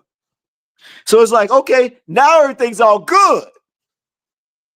Before, when you were down and out, what normally happens? When you down and out, all your friends dip. Your family members don't show up 100%. Not all of them, but most of the time, people dip. Remember I told you earlier about ups and downs, ups and downs, ups and downs? I was an owner of a brick and mortar vape shop, physical shop, had tons of clientele, lost the business publicly, had thousands of customers. When I tell you, I have, like, when I got to know people, I would put in my phone, I would put their first name, and then I would put vape. That way I knew that I had met them through the vape, through the business. It was quick, fast for me to catch who was who. When them doors were closed, there was like 3 people that checked up on me. You know what the rest of the text messages were? Where do I get my vape from? I couldn't help but think, like, yo, hold up. You would see me religiously almost like every single week. The doors are closed randomly on you. And you didn't even consider, wow, I hope he's okay. You were worried about your vape. Oh, now I got to go to another shop? Where do I get this? Where do I get that? That stood out to me. But it was only like 3 people. I can't make this up. It was only like 3 people. It was like, yo, I saw the doors were locked. You all right? Everything all good? They were the only ones out of like at least 2,000 people check and worry about my well-being. Can y'all relate? If you can relate, I don't care how small or big, put I relate in the comments, please. Bride YAHUAH. What verse? 15? We have 15? Yeah, we have 15. Ezekiel chapter 16 for anybody new. But you trust in your own loveliness and hoard because of your name. Ooh, man, I am going to out myself so you can see y'allself. I fit that. I fit that. Look, since we're talking about the vape, I'm gonna tell y'all about that experience, and I'm gonna relate it to this. And I got some other things I'm gonna relate to. But what I want y'all to do is I want you to look inwardly for your life. I'm just giving you mine authentically. Matter of fact, new mishpaka. That's what you get in this community. We ain't gonna be one of them little churchy people where we over here telling these little bedtime stories on these stages. We real over here. We are some real people. We're honest people. We some broken people. I just want to throw that out there. If that's you, come stay with us. Because all that rest of the stuff is phony. It's for the birds. We don't mind turning around and say we did some stuff in our lives and we could have done better. That's simple. Yahuwah wants you to humble yourself like that. Let's read this part again. But you trust in your own loveliness. Okay, wait a minute. When I had the shop, man, I was the man. Everybody knew me. Man, I used to spend $500 a week on weed. And I couldn't help but think to myself, like, wait, I'm blowing $500 a week. If I had just saved that money, I could have helped save my own business. I had a business partner. I was thinking about that too. Like, dang, I could have helped, but I didn't. I was helping myself. Oh, but people want to smoke with me.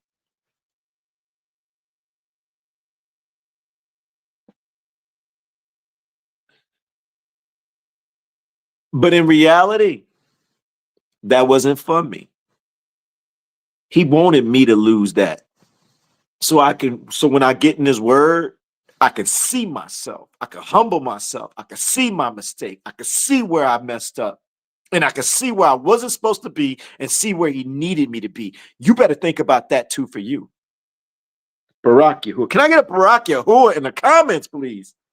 What up, Jensen? What up, Aki? I see you, homie.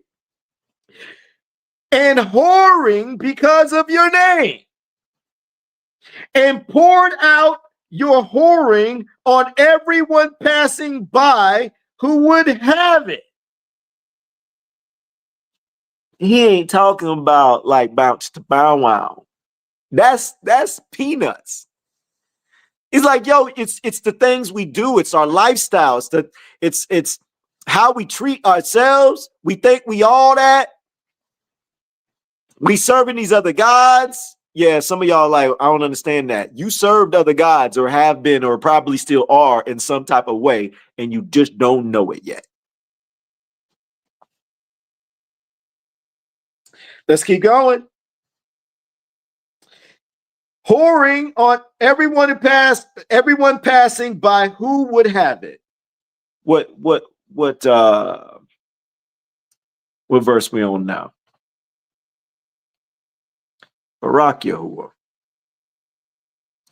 Ezekiel 16. We're still in 16. Let's go to verse 20 through 22. 20 through 22.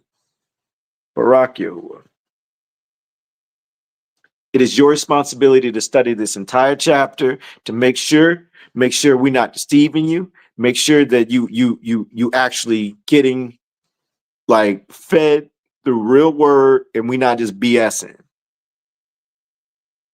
All right, verse 20. And you took your sons and your daughters, whom you bore to me,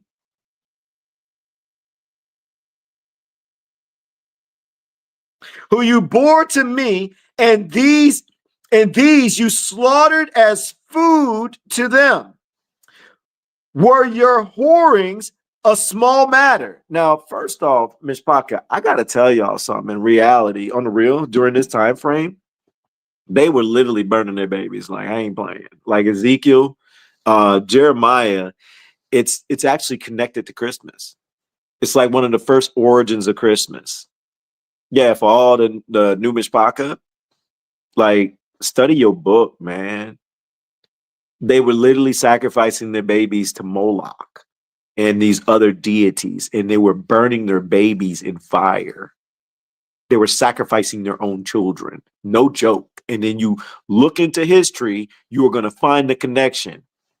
And you keep going, and you're going to be like, hold up. That was like beginning stages of Christmas?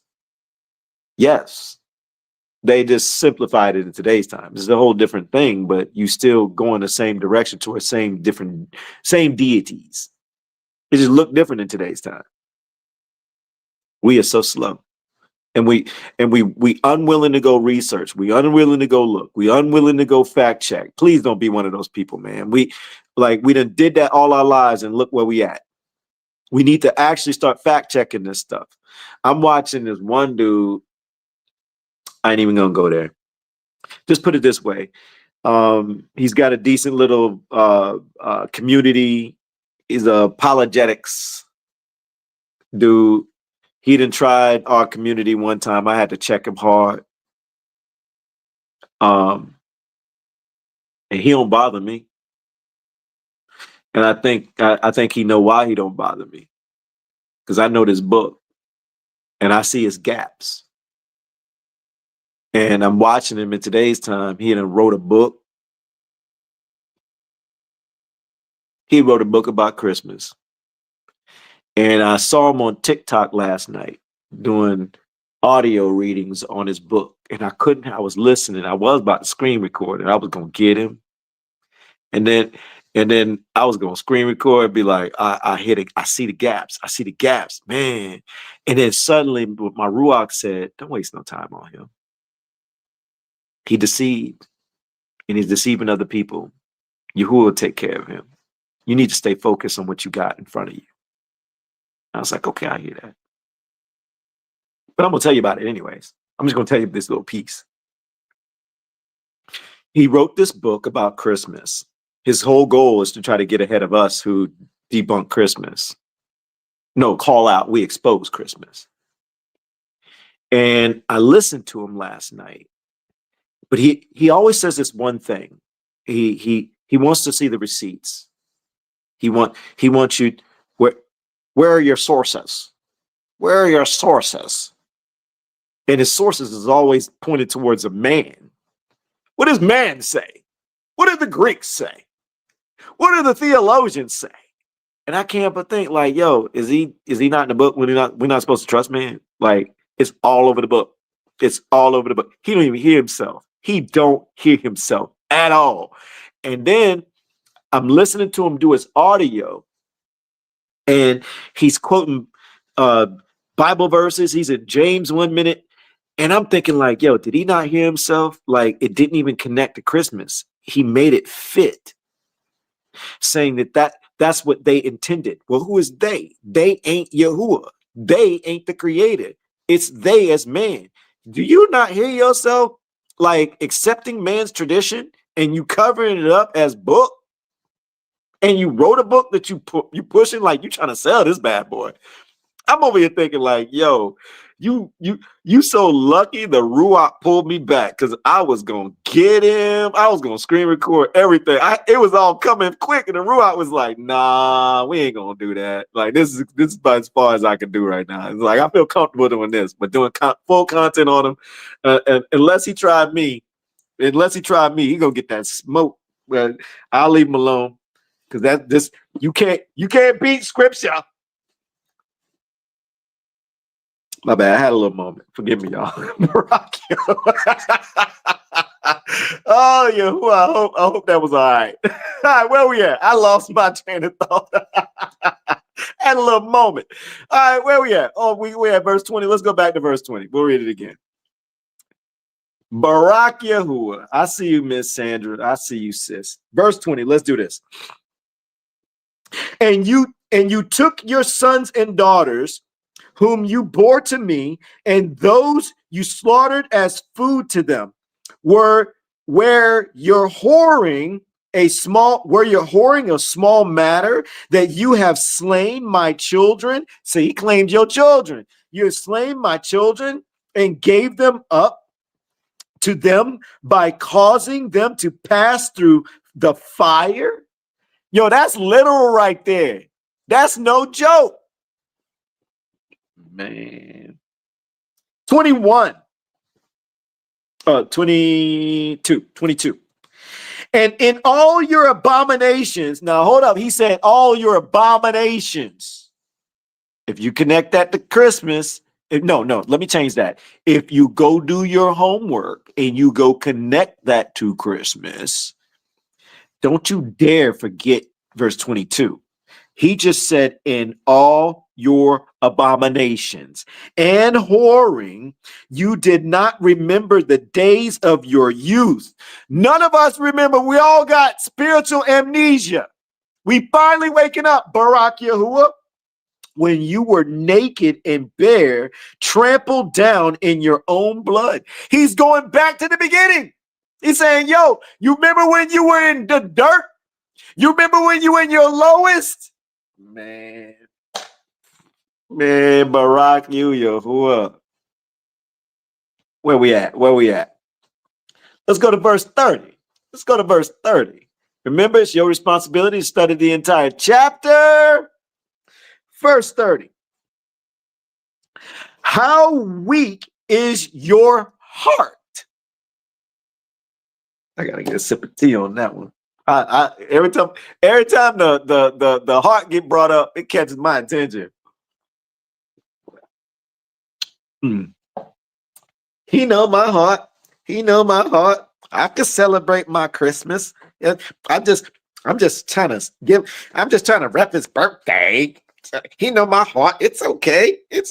Hold up. Some of y'all know what's coming. I can't help it. I'll be back. They say grace got 'em covered, but they still don't change. Let's go. Let's go. What shall we say then? Hold up. Change that. Different song. I'll be back.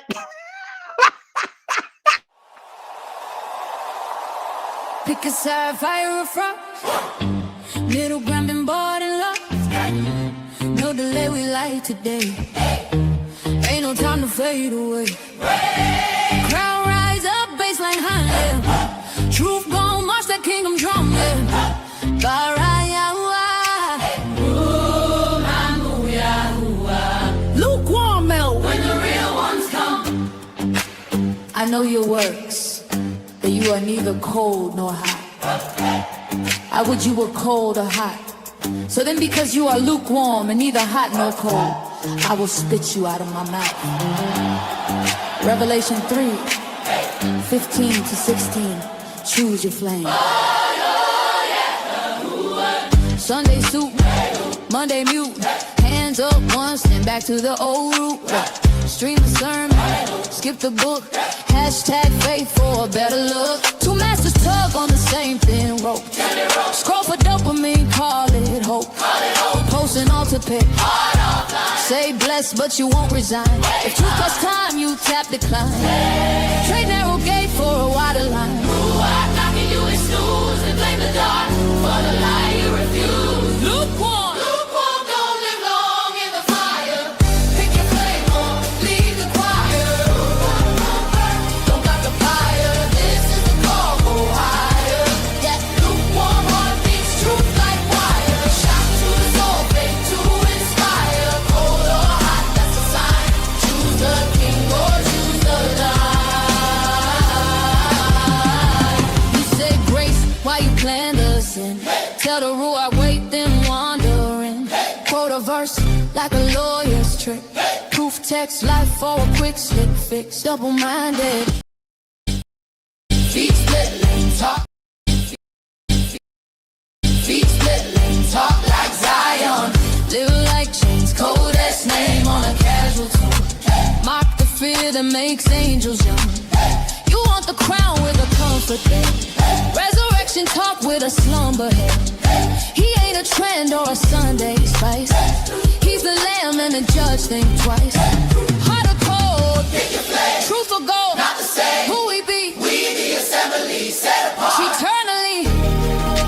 A double-minded man is unstable in all his ways. James 1:8. Unstable feet, unsteady gaze. Not everyone who says master. Not everyone who says master. Master shall enter. Matthew 7. Matthew 7. Say less, live more heaven. No more heaven. That was me with the halfway pray. Lips said light, life said great. I knew the verse, but I dodged the vow. Wanted the fruit with a different plow. Then truth cut deep like a midnight knife. Let out pride, breathe real life. Now when the flame says move, I run. Oh, no neutral gear when he says come on. No more sense, no more play. Yahuwah reigns, choose today. Lukewarm don't live long in the fire. Pick your flame on, leave the choir. If you won't burn, don't block the fire. This is the call, go higher. Lukewarm heart beats truth like wire. Shock to the soul, faith to inspire. Cold or hot, that's a sign. Choose the king or choose the lie. Can I get Bride YAHUAH in the comments, please? Like Bride YAHUAH. Drop broom, I'm YAHUAH if your heart agrees. Like Bride YAHUAH. Type no more middle, let the fire see. We the assembly move as a one with ease.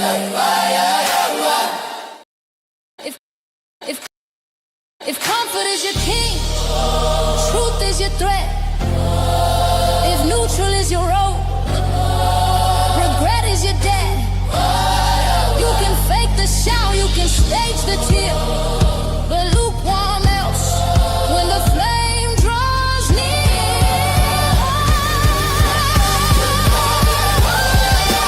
Lukewarm don't live long in the fire. If you won't burn, don't block the fire. This is the call, go higher. Cold or hot, choose the climb. Ruach winning, perfect time. Set apart, covenant sign. Choose your sign. Choose your sign. Choose your time.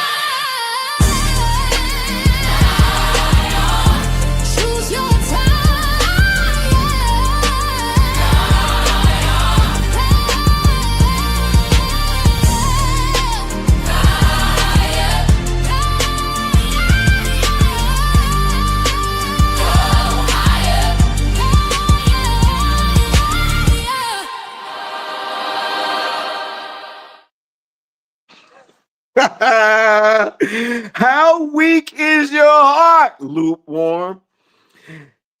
Declares the Eloah Yahuwah, seeing you do all this. The deeds of the shameless whore. Call them a whore. Yo. I don't know. I'm sorry. I know I'm squirreling again, y'all, but every single time I study the word and I see Yahuwah talking like this, I be thinking to myself, like, yo, hold up. Why the church so churchy, man? Like, why they can't just be like authentic and chill and just like vibe? Why they gotta put up a show? They putting shows on inside the pews. I mean, you got Yahuwah over here calling them whores and harlots. Let a pastor turn around and say that. Some of the congregants can be like, oh, he just said, oh. He just called them shameless whores. Let's keep going. Am I the only one to be thinking like that? I'm just saying, it be crossing my mind, man. Come on, man. Just keeping it real. Let's go. Oh man, your word is so fire. Let's go to chapter. We still in chapter 16. We're going to verse 60. Verse 60. Remember, it is your responsibility to study the entire chapter. Don't be like them whores skipping over stuff. Yo, this book. I just repeated what the book said. Don't get your feelings. But I shall remember my covenant with you whoa, hold up, back it up. Jensen, I see you. We're gonna go nice and slow. But I shall. When you hear the word shall, he's letting you know what he's gonna do later. Later. That's future tense. Never miss that. But I shall remember my covenant with you in the days of your youth. He's like, yo, I'm going to remember this. I'm going to remember that I made a promise to you. So what's going to happen? And I shall establish an everlasting covenant with you. He's like, yo, even though you turn your back on me, even though you forgot me, even though you did all these things after I had helped you and picked you up from out of the dirt, I'm gonna remember my covenant with you. I'm gonna honor it, even though you broke it. I'm still gonna honor it because I know you're gonna fall again. I'm gonna have to pick you back up, even though you hurt my feelings, even though you forsake me, even though you forgot about me, even though you don't even think about me. Even though you teach your children the other ways and not my ways, I'm still going to look after you. Man, tell me that ain't love. Barak Yahuwah. All right, let's go to verse 62 and 63. Verse 62 and 63. Remember, it is your job to do what? To study the entire chapter. 62 and 63. And I myself shall establish. Whoa. Listen. And I myself shall establish my covenant with you. He didn't say the pastors in the future, the pastor on stage is going to help you understand and fix my covenant with you. He said, no, I'm going to do it. Me. I'm going to get your attention when you're down. You're going to hit the low so many times. At one point, you're going to turn around and say, yo, something got to change, man. Like, for real, I'm seeing a pattern here, man. And it seemed like I'm always just going through something, or it's always this way ends up this result. In this way, this result. Isn't that called insanity? Something's off. Let me not just pick up the book this time, get comfortable, put it down, and then wait for another down valley, and then pick it up again, and then because that's exactly what you're doing. He's seeing you at your lowest. He sees you, and he says, "Let me pick you up." He picks you up. Then you turn the other head. You put the book down. You don't pray as much. You forsake him. And when you did do it, what were you doing? You were calling on GODLORD and he's still looking at you like, I see your heart. I know you calling me out my name. I know you don't even know that I even exist. But I know 10 years from now, you're going to catch it and you're going to see me. I know 5 years from now. I know 3 months from now. You're going to catch it and you're going to see me. Man, Bride YAHUAH. And I know myself shall establish my covenant with you, and you shall know that I am Yahuwah. Verse 63. So that you remember. You're going to remember. We're remembering now. We didn't know him. We didn't know that his name got lost in translation for centuries, decades, centuries on top of centuries, and they took it from us. We didn't know, but guess what? We remember now. He's fulfilling his promise. And you shall be ashamed. I don't know about y'all, but man, when it first hits you, you like, yo, what have I been doing? I've been selling this JC thing my whole entire life, or I haven't seen you properly. Like I've been doing this and doing that and doing this and doing that. Never saw you.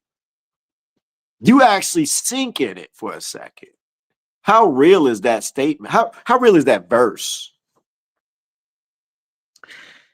So that you remember, and I shall be, and you shall be ashamed, and never open your mouth anymore because of your shame. Ooh, man, I got something to say on that. When I pardon you for all you have done, declares YAHUAH.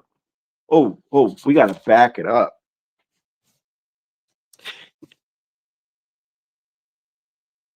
Let me ask y'all something. If you have to close the door and lock the door, that means you're hiding something, right? If you have to close the door and lock the door, you're hiding something. Okay. This is me being vulnerable and just being honest. Being a male who, I'm just going to go ahead and say it, has been addicted to porn. After the finish, you have that shame. That sink drops. You're like, oh, I don't want to do this, but why did I do it? I started thinking about the whole scenario. Like if you got to close a door and you got to lock it so nobody else come in, is that not an indicator key of shame? You could take that and you could apply it to many different things. Drugs, cheating.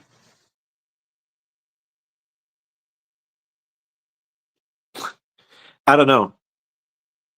I don't know. That I've had that thought before. Did that land? Did that hit for somebody? I'm just curious. Am I alone?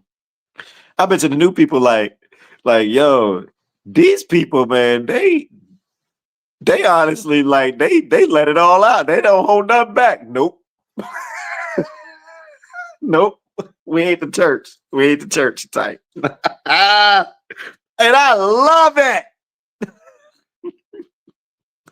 That's who you know. That's who you know who's really trying to go after it. That's how you know. Like, look, if you can't be honest with your sin, you know this book tells you that. This book. We're gonna take a small squirrel detour in a second. And never open your mouth any more because of your shame. Yo, I am in a season of complete quiet. Like, people think just because I do what I do, like I'm doing now, they think I talk a lot. No, I'm probably one of the most quietest people you ever meet. Once this thing goes off, my talking goes here. My mouth stays shut. That verse is real. I was talking to Miss Sandra the other day. And we were talking about spiritual warfare. Am I lying, Miss Sandra? We were talking about spiritual warfare. She in here. And I was telling her like, yo, these spirits, they hear everything you say, and they wait for you to slip up. And when I started to realize that, my mouth clamped. Look, Miss Sandra said yes. The more because of your shame. He says, you shut your mouth when I pardon you from all you have done. So Yahuwah has caught my attention. Showed me who he was. No. Let me change that. Caught my attention. Showed me who I was. Showed me who he was. Then he started showing me a better understanding. Showing me like, yo, these spirits is real. They wait for your actions. They wait for you to say your words. You know what they're doing? They're waiting for you to agree upon playing the game with them. You speak something a certain way, you agree to the terms, they gain access. They can't touch you if your mouth is shut. They can't touch you if you're not acting upon the things that you're giving them access to. I figured that out. And then when you slip up, you already know he's giving you everything you need. I rebuke these demons. I rebuke the demon of falsehood. I rebuke the demon of anger. I rebuke the demon of strife. I rebuke the demon of pride in the mighty name of Yahusha. Yahusha is my deliverer, and Yahuwah in the mighty power name of Yahuwah. You got no power over me. And help me get focused on something else. Clean up my act, Yahuwah. Clean up my act, Yahusha. These demons got to stop. They got to pull back. They got to pull back. The problem is once we do it, they pull back. You know what they waiting? It's like this. Say this is the room, right? Say a spirit's right here, right? And I rebuked it. It's like, okay, I got to pull back now. But it's waiting right here. Can't touch me. But you know what it's waiting for me to do? To make another slip up. And you know how fast we slip up? We slip up. Like, we'll rebuke it in seconds and it'll be right back in the next 5 minutes. Be like, you just pushed me away for 5 minutes. And then you did that.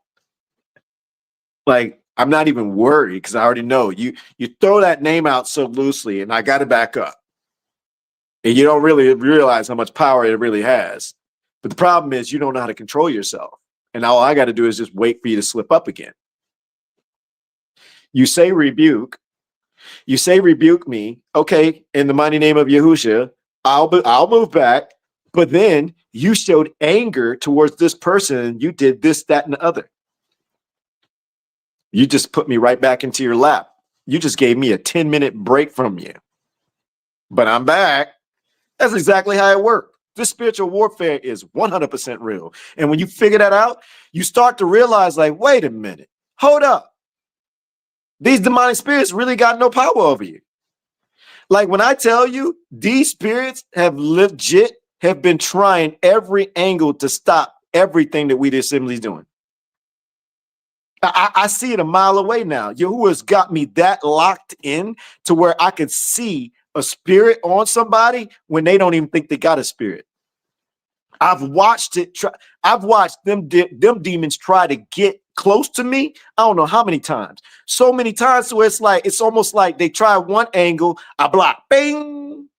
tried another angle, bang, and then they tried another route, bang, another route, bang, and I'm like, no, Yahuwah done showed me how this work, man. I see what's happening here. No, I'm good. No, I gotta protect this. Yahuwah gave, he put me on game. I know you slick. You slick. It ain't the person. It ain't the person. It's the spirit. And by the way, you better look inwardly first.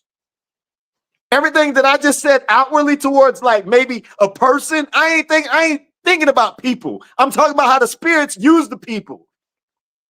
But you better make sure they not using you to do this stuff. Clean your house in the mighty name of Yahushua, and with the power of Yahuwah, Bride YAHUAH. Hold up, I got a little treat for you before we close. No, before we head to the last end of this, because we talked about confessing the sins, right? Confessing the sins. Watch. Wait, where's that? Tobit, Jetcher. I gotta go further. Maccabees, Sirach. Come on, where you at? I sure could look at the index. I'm being so lazy. If anybody knows me, you probably know what book I'm going to. My favorite. Found you. I might even hit a whole chapter for y'all real quick if y'all want.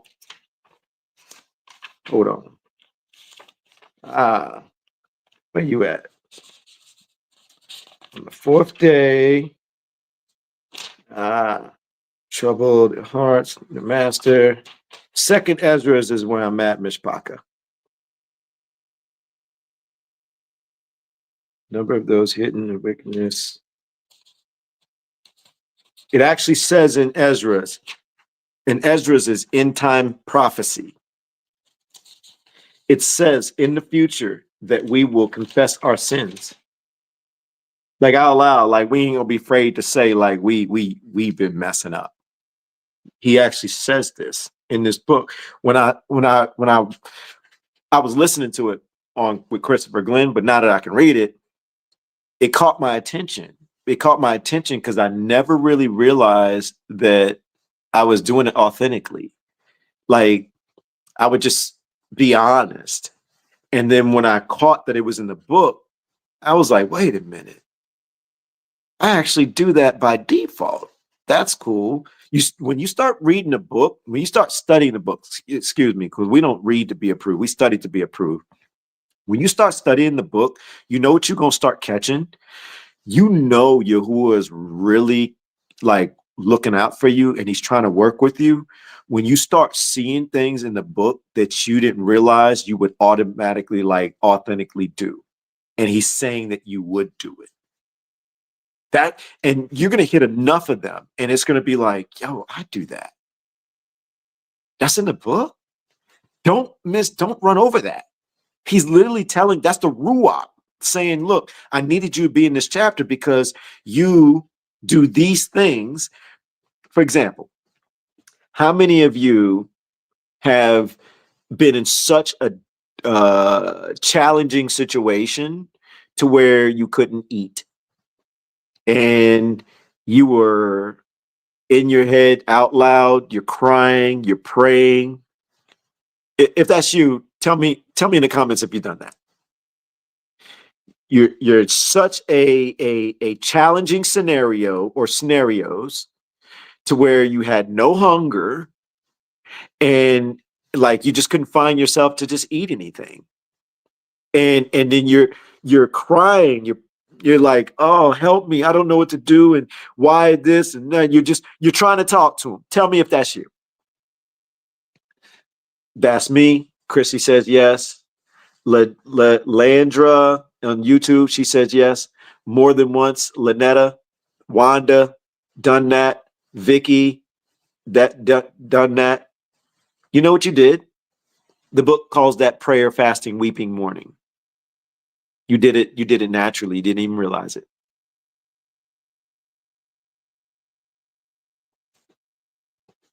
And it's all over the book. And I'm so glad we just had that moment And the reason why is because we're about to go into a prayer, fasting, weeping, mourning series soon. It's going to hit the website, and I still owe y'all the link. Forgive me. I'm going to give y'all the link to the website, to the study. But I'm going to find this one spot for y'all. Gentiles will hear and understand and shall everlasting rest, ready for the war for the kingdom. Oh, man. It says it in 2nd Ezra. You might get a law, yet did not wait. Is it in chapter 1? Or is it 2?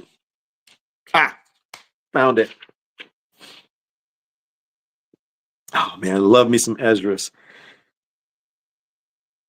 I guess I'll start at verse 32. I sent to you my servants, the prophets, whom you have taken and slain, and tore their bodies in pieces. Whoa, I want to back up. I like this part. This part is fun. I'll just keep going. And torn their bodies in pieces, whose blood I shall require of your hands, says Yahuwah. Thus says Yahuwah the Almighty, your house is a waste. I shall cast you out as the wind does stubble, and your children shall not be fruitful, for they have despised my covenant and done that which is evil before me. I shall give your house to a people that shall come, who have not yet heard of me. Sound familiar? This is end time prophecy, Mishpaka. He's talking about you, a people who shall come, who have not yet heard of me. That's you, who have not yet heard of me, shall believe me, to whom I have shown no signs, yet they shall do what I have commanded them. They have seen no prophets, yet they call their sin.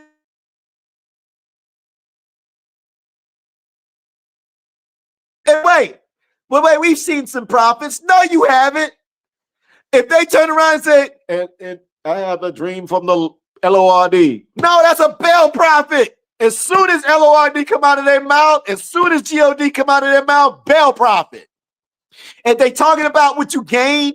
Oh, he said you get a new house. You read the same book. That don't even sound like him.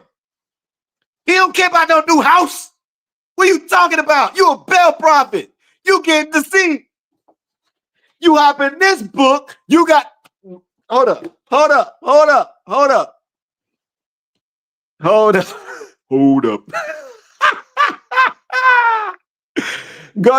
Yahuwah Studios, go to Beyond the 66, scroll down to Apocrypha, click here, then Testament of Solomon.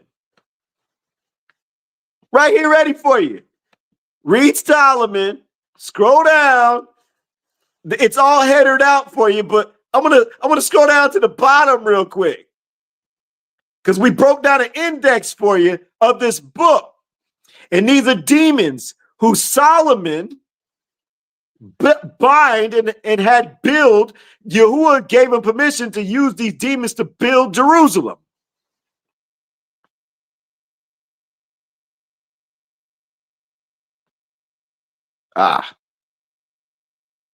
Hold on. Let's read some of these.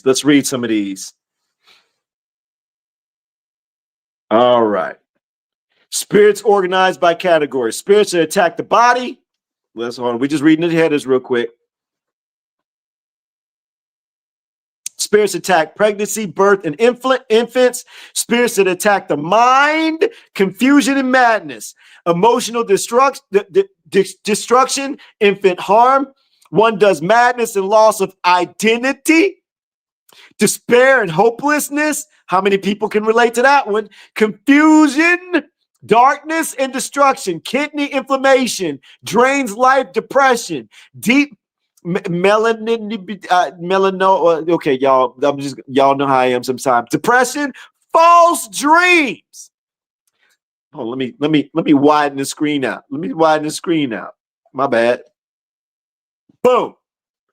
False dreams, false signs, lying visions, deceives prophets, strife and deception. Spirits attack marriage, family, and relationships, adultery, lust, jealousy. Do you see this, Mishpaka? Do you see this? Wait, I'm looking for some of the big ones. Those are big, but hold up. Steals prayers? Come on, man. Oh, man. False omens, deceives prophets. There's another one that deceives prophets. Oh, wait a minute. Cast out. Spirits that cast out and control other spirits. This first one is the Legion in the Pig story. Man, let me. Wait, hold up. They got spirits on here that also tell the future. You know why they're doing this? Why they do this? Is to keep you deceived. They want to keep you off your game.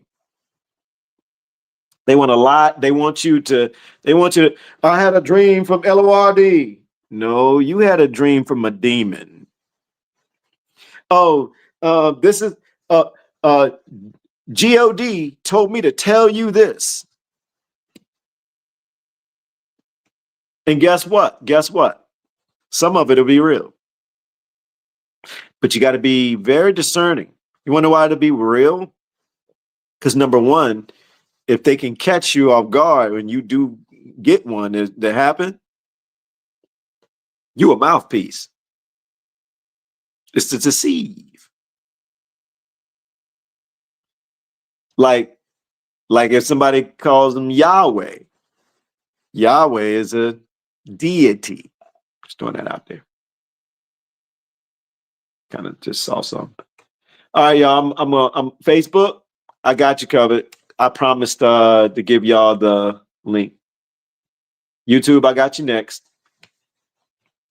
I got 2 chats going on YouTube. If you're looking for access to the website, I'm pinning it for you in YouTube on one. And if you're on the other channel, just give me a second. There's 2 lives going on in YouTube right now simultaneously. One gives a vertical and one gives a horizontal. All right, so YouTube, Facebook, both YouTube lives and Facebook, you all have the link to the website if you are interested in going deeper on that. Let's get back to the study. Barak Yahuwah, man. Barak Yahuwah. I done jumped all the way out. My bad, y'all. Had a moment. I hope it was good for you. I hope you gained some value from that. Hope it landed. All right, let's stretch this back out for the old folks like Adam Soto. I gotta get you. I owe a lot of y'all, man. Y'all be clowning me so much. All right, let's widen this out. Barak Yahuwah. How does this connect to your life? Yahuwah found you when you were abandoned, overlooked, and unseen. Betrayal wounds both ways. Shame makes people avoid Yahuwah instead of returning. Your broken places are not the end. They are a doorway back to beloved. Hold on. I gotta. New Mishpaka, please hear me on this. I'm speaking out of experience, and I've watched other people inside the community who has grown a little bit past some stages. He breaks you first. That sinking feeling, all the loneliness. Yo, we all set apart. We all feeling like completely away from the world right now. Trust me. Just because um I I done been through them stages where it's like, yo, what is this about, man? Like, does this ever change? Like, no, this sucks. You're gonna hit that if you're not currently in it. It's part of the process. It's in the book.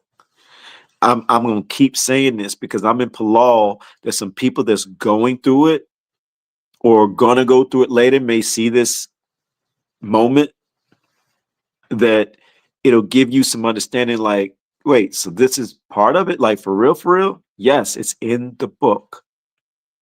It literally has to break you first. You have to get broken first. You have to humble yourself. He's going to humble you. Why? Because he's been forgotten. We've been doing things against him. You gotta look internally. Forget about everybody else. You gotta be like, yo, I have done this. I have done that. I could have been better in this situation. You got to think about all the people that met, whether they were right or wrong. You got to get past that. You got to get past this, that this person did this to me. This person said that to me. This person did that. Yo, if you still in that mindset, you delaying your process. You got to turn around. You got to let that go. And you got to start look at those situations like this. Okay, let's say such and such did something wrong to you. Okay. But take what they did and put it off to the side for a moment. Now think about the scenario. Yahuwah, such and such did this and you know it was wrong. But wait a minute, now that I think about it, when they did this, I did that. And I know that, like, you probably weren't even happy with that. That's not even the way you get down. And when I did that, I gave access to those demons. And that's the reason why that situation blew up even more. Technically, I didn't trust you. Okay, I get it. You got to start hitting it like that. And you got to turn around and say, okay, whatever people have done to me, I gotta let it go. I got to forgive them. And if you really believe in spiritual warfare, you're going to start to realize it's everybody is being tormented. Everybody. I challenge you to take some time, grab pen and paper. Start writing down everybody you can think of. Friends, families, neighbors, coworkers, bosses, anybody, any and everybody. Try to think about everybody you can think of. And I challenge you to try to figure out one person's life that you know anything about, that they just all good. You're not going to find one person. What you're going to realize is this person had marital problems. Oh, okay, that counts. This person had health issues. Okay, that counts. That person had a problem with work all the time. That counts. You're going to find all type of stuff. I just took some light stuff. Some of us know there's some deeper scenarios. You're going to realize everybody, no one has a good, that's a pattern, man. But you got to start with yourself. You got to start with yourself. You legit got to learn forgiveness. You got to learn forgiveness at a level to where until you let all that loose and you look internally, that's when it breaks you. And you start identifying all your little things that you did wrong or could have done better, or things that are against him, things that he might not approve of. The couple of Saturdays ago, we had did a study, and it was in Psalms or Proverbs. I think it was Psalms. It literally says, and I've been using this a lot lately. He says, your thoughts and the words, let my thoughts and let the words that come out of my mouth be pleasing to you. And when I be thinking about certain things of people who might be coming against me or just something negative, and I'll be thinking like, and I stop and I'll be like, wait a minute.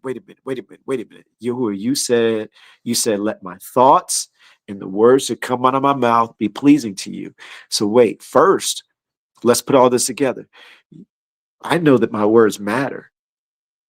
So if I'm speaking stuff that's unpleasing to you, well, number one, it's unpleasing to you. Number two, it'll gain access to those spirits. And I don't want none of that. So let me shut my mouth. And now I'm thinking, Yahuwah, you don't want me to think about how such did this to me and it was wrong. They were wrong. They know better. They should have done this. They should have done that. But wait a minute. Yahuwah, while I'm over here venting in my head, I could have been praising you and thanking you for helping me recognize that. Like, so instead of whining about how this person's taught, how this person's done this, that, and the other, I could be, that's not pleasing to you. It's not pleasing to you. But if I turn around and say, well, you know what? Thank you, Yahuwah, for helping me identify that in me quicker and also to be able to see how this person's being affected by spirits. I appreciate you, Yahuwah. Now also, Yahuwah, I'm going to remember that my thoughts and my mouth, the words and the things I think need to be pleasing to you. So I know if I keep going that direction, I don't want to make you unhappy. So what can I focus on? What do you need me to ask him now? What do you want me to do? Numish Paka. I'm in Palal. I'm giving y'all some spiritual weapons right now. And I'm telling you it worked. I'm telling you it worked, Barak Yahuwah. Let's get back to the study. I just squirrel. I hope that squirrel was good. Yahuwah restores identity over betrayal. After betrayal. Yahuwah does not abandon you. He rebuilds you. We just studied that. He said it. That's book. That's book. The question is, do we believe the book or do we not? And once you hit that stage, it's like, yo, I gotta believe in the book. I gotta believe this book. I'm tired of not. I never realized I wasn't believing the book.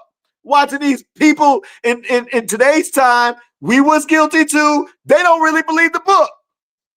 They think they believe the book.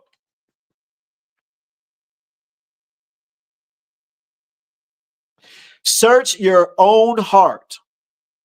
Have I forgotten where Yahuwah found me? Have I trusted my own beauty, my own strength, my own abilities? Has betrayal, mine or others, wounded my heart? Ooh, that's a deep one. Am I ashamed to return to Yahuwah? Am I willing to let Yahuwah restore my identity? Yo, hold on. I'm going to be very careful on what I'm about to say. Because I had a conversation with I'm just going to say, an Aki in our community. And after one of the lives, I had said something, not anything bad, but I was studying. And the thing I said caught his attention. And it sunk him. Because he felt that there was something that he's done in his past that he felt like he can never come back from. And I was like, that's not true. That's not true. I had to show him scripture and remind him of the forefathers. As a matter of fact, we had a deep conversation about King David. If David can turn around, David's like the epitome of like, yo, you went the distance, man. If David can get forgiveness for the things that he did, we all,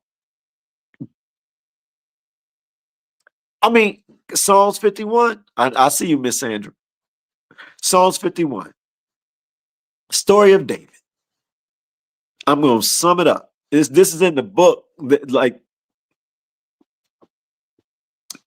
David legit stole one of his soldiers' wives, impregnated her, tried to trick the dude into hooking up with his wife so he could say that the baby was his. The dude wasn't falling for it. So what did he do? He put him on the battlefield on the front line and told the captain to pull back so he can get killed by the enemy. Then took his wife to marry him. And David felt bad. Psalms 51 is him begging for forgiveness for that.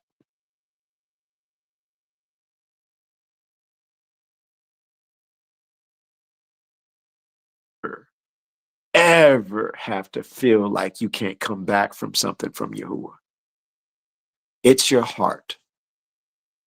And if you don't believe me, go study David, King David's scenario with Bathsheba in that story, and ask Yahuwah, is this true?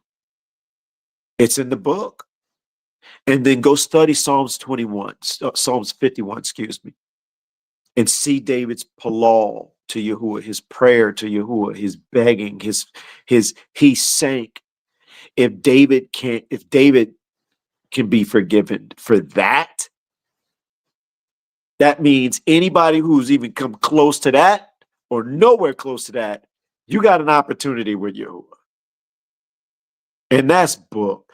Don't ever let nobody, and don't convince yourself that you can't come back from anything with Yahuwah.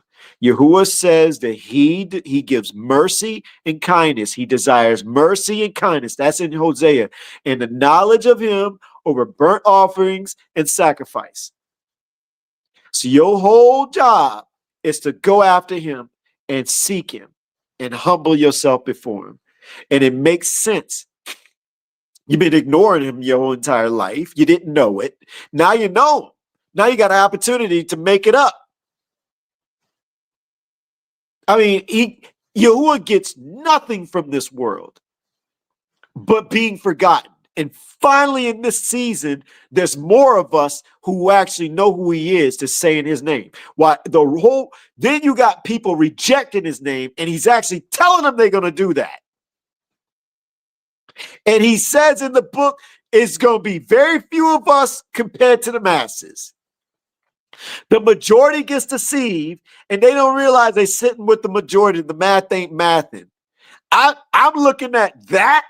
If the majority gets deceived and we sitting in a small fraction of mouthpieces on what we're talking about, supposed to the rest of the world has the big loud mouths, the math ain't mathing, I am happy where I'm at. Rock Yahuwah. Let's go back.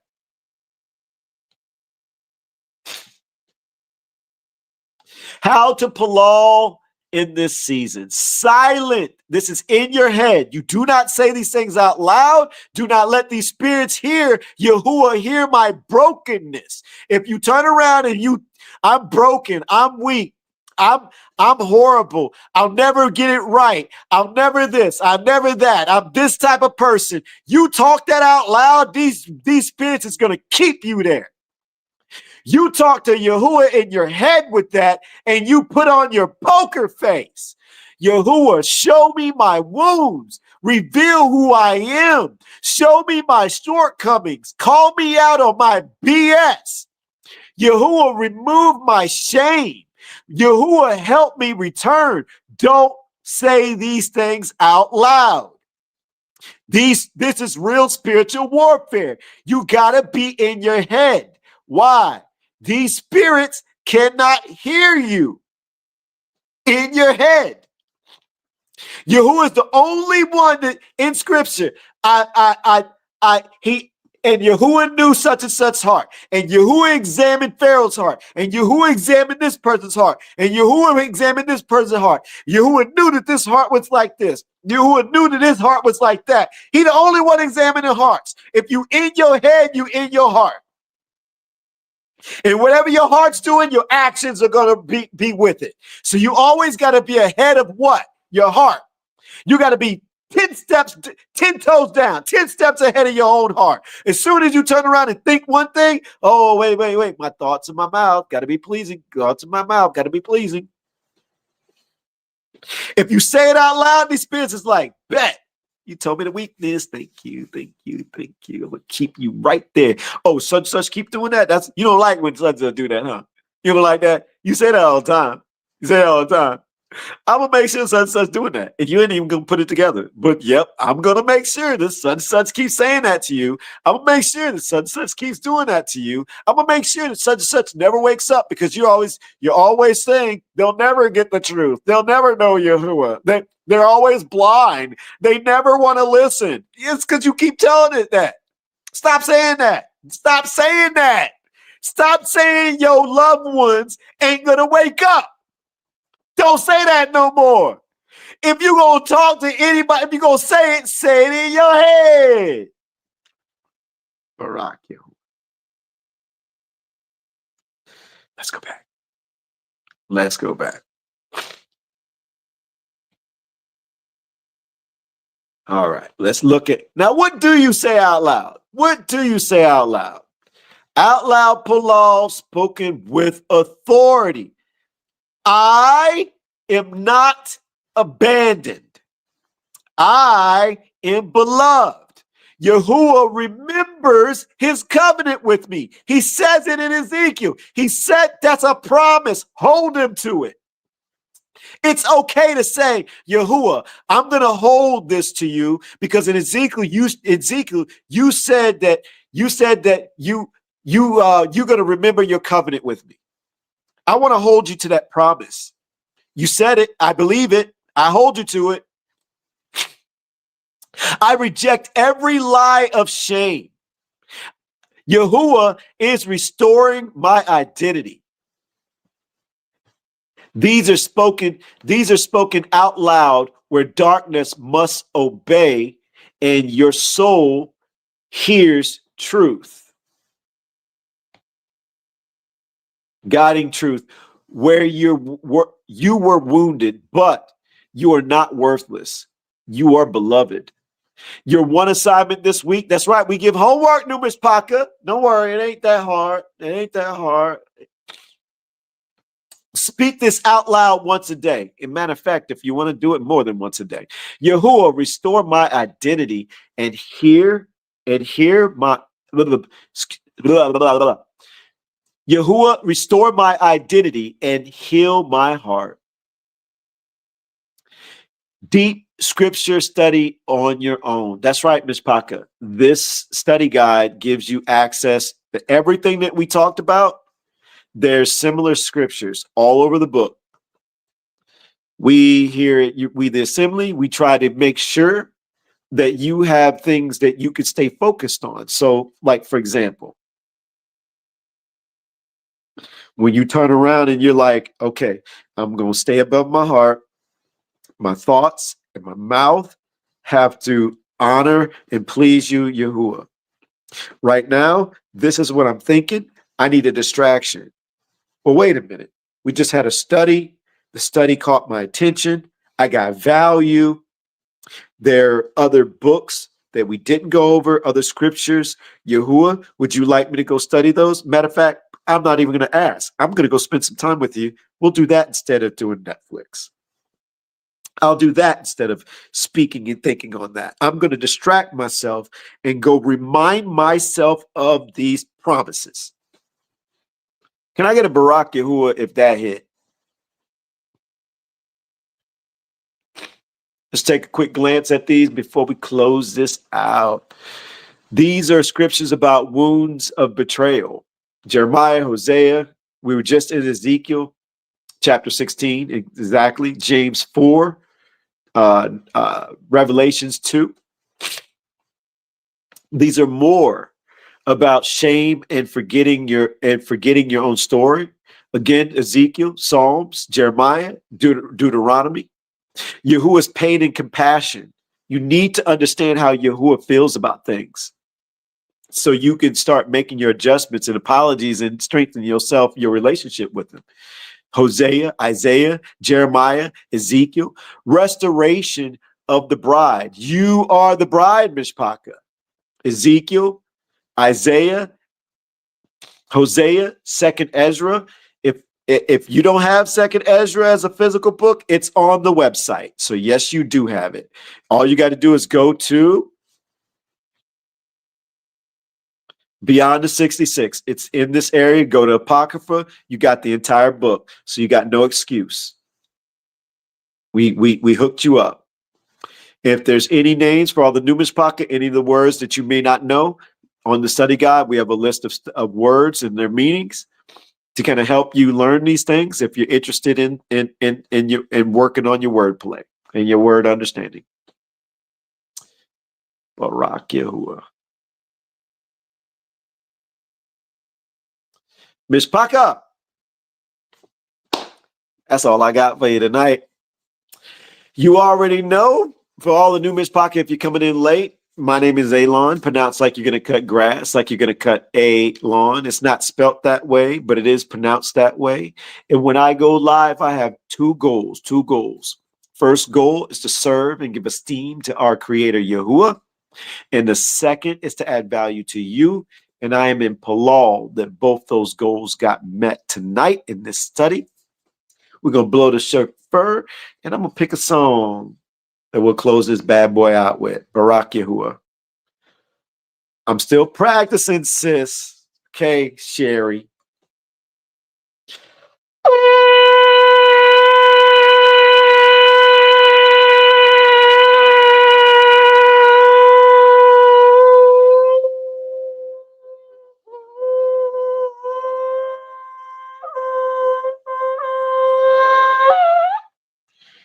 Woo! I try to go to distance until I can't do it no more. Bride YAHUAH. Let's see. You know what? Hold up. You know what? Miss Sandra, this one for you, sis. I'll see y'all on Shabbat. We got a doubleheader.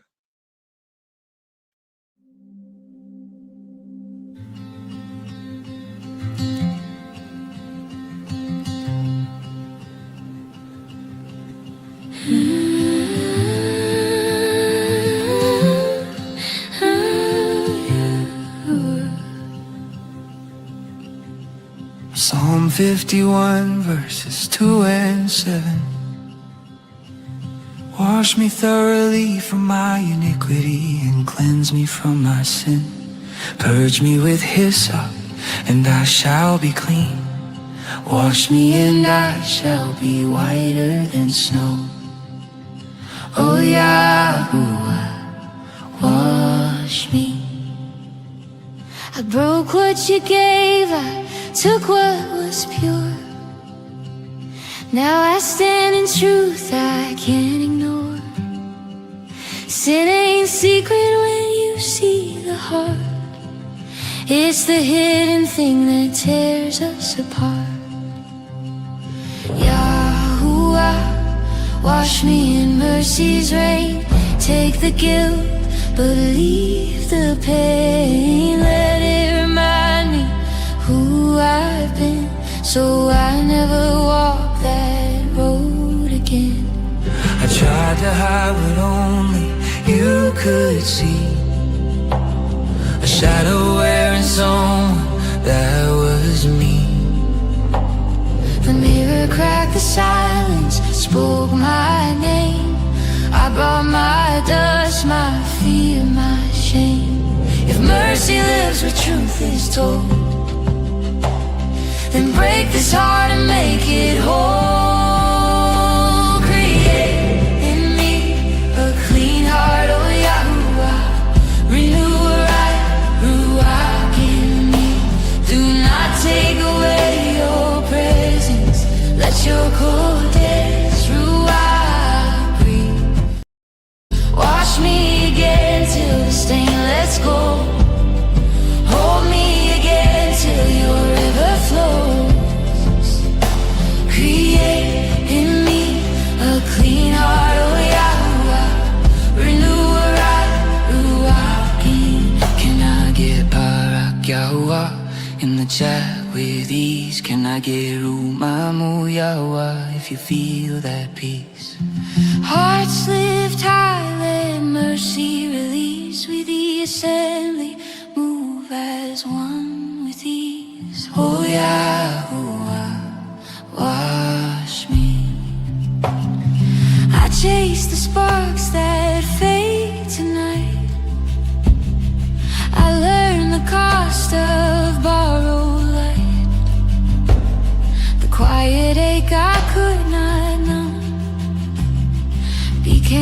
your place, your kindness come. If mercy waits where tears belong, then break me soft and make me strong. Create in me a clean heart, oh Yahuwah. Renew a right ruach in me. Do not cast me out from your nearness. Let your Kodesh ruach breathe. Wash me again till the scar turns white. Teach me to walk in honest light.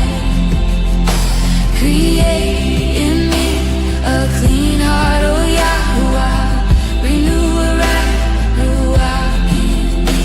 Drop Barak Yahuwah in the comments, please. Let Umamu rise like a soft breeze.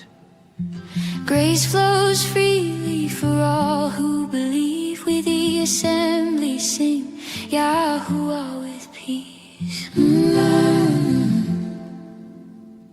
Psalm 51 verses 9 to 12. Hide your face from my sins and blot out all my iniquities. Create in me a clean heart, O Yahuwah. Renew a right ruach within me. Cast me not away from your presence, and take not your Kodesh ruach from me. Restore to me the joy of your salvation, O Yahuwah. Wash me. You break the bones to set them true. You press the wound to make it new. You lift the low, you still the storm.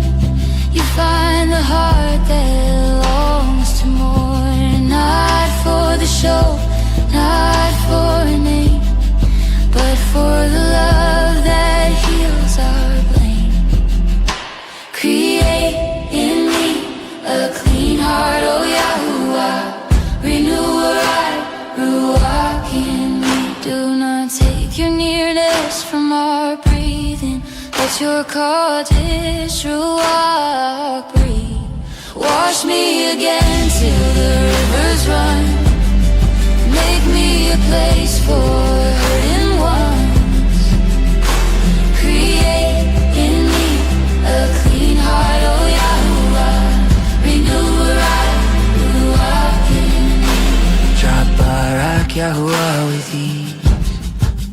Drop Yahuwah in the chat, please. Oh Yahuwah. Thank you for the washing. Thank you for the mercy and the breath. Oh Yahuwah, wash me. Kodesh ruach breathe. We the assembly be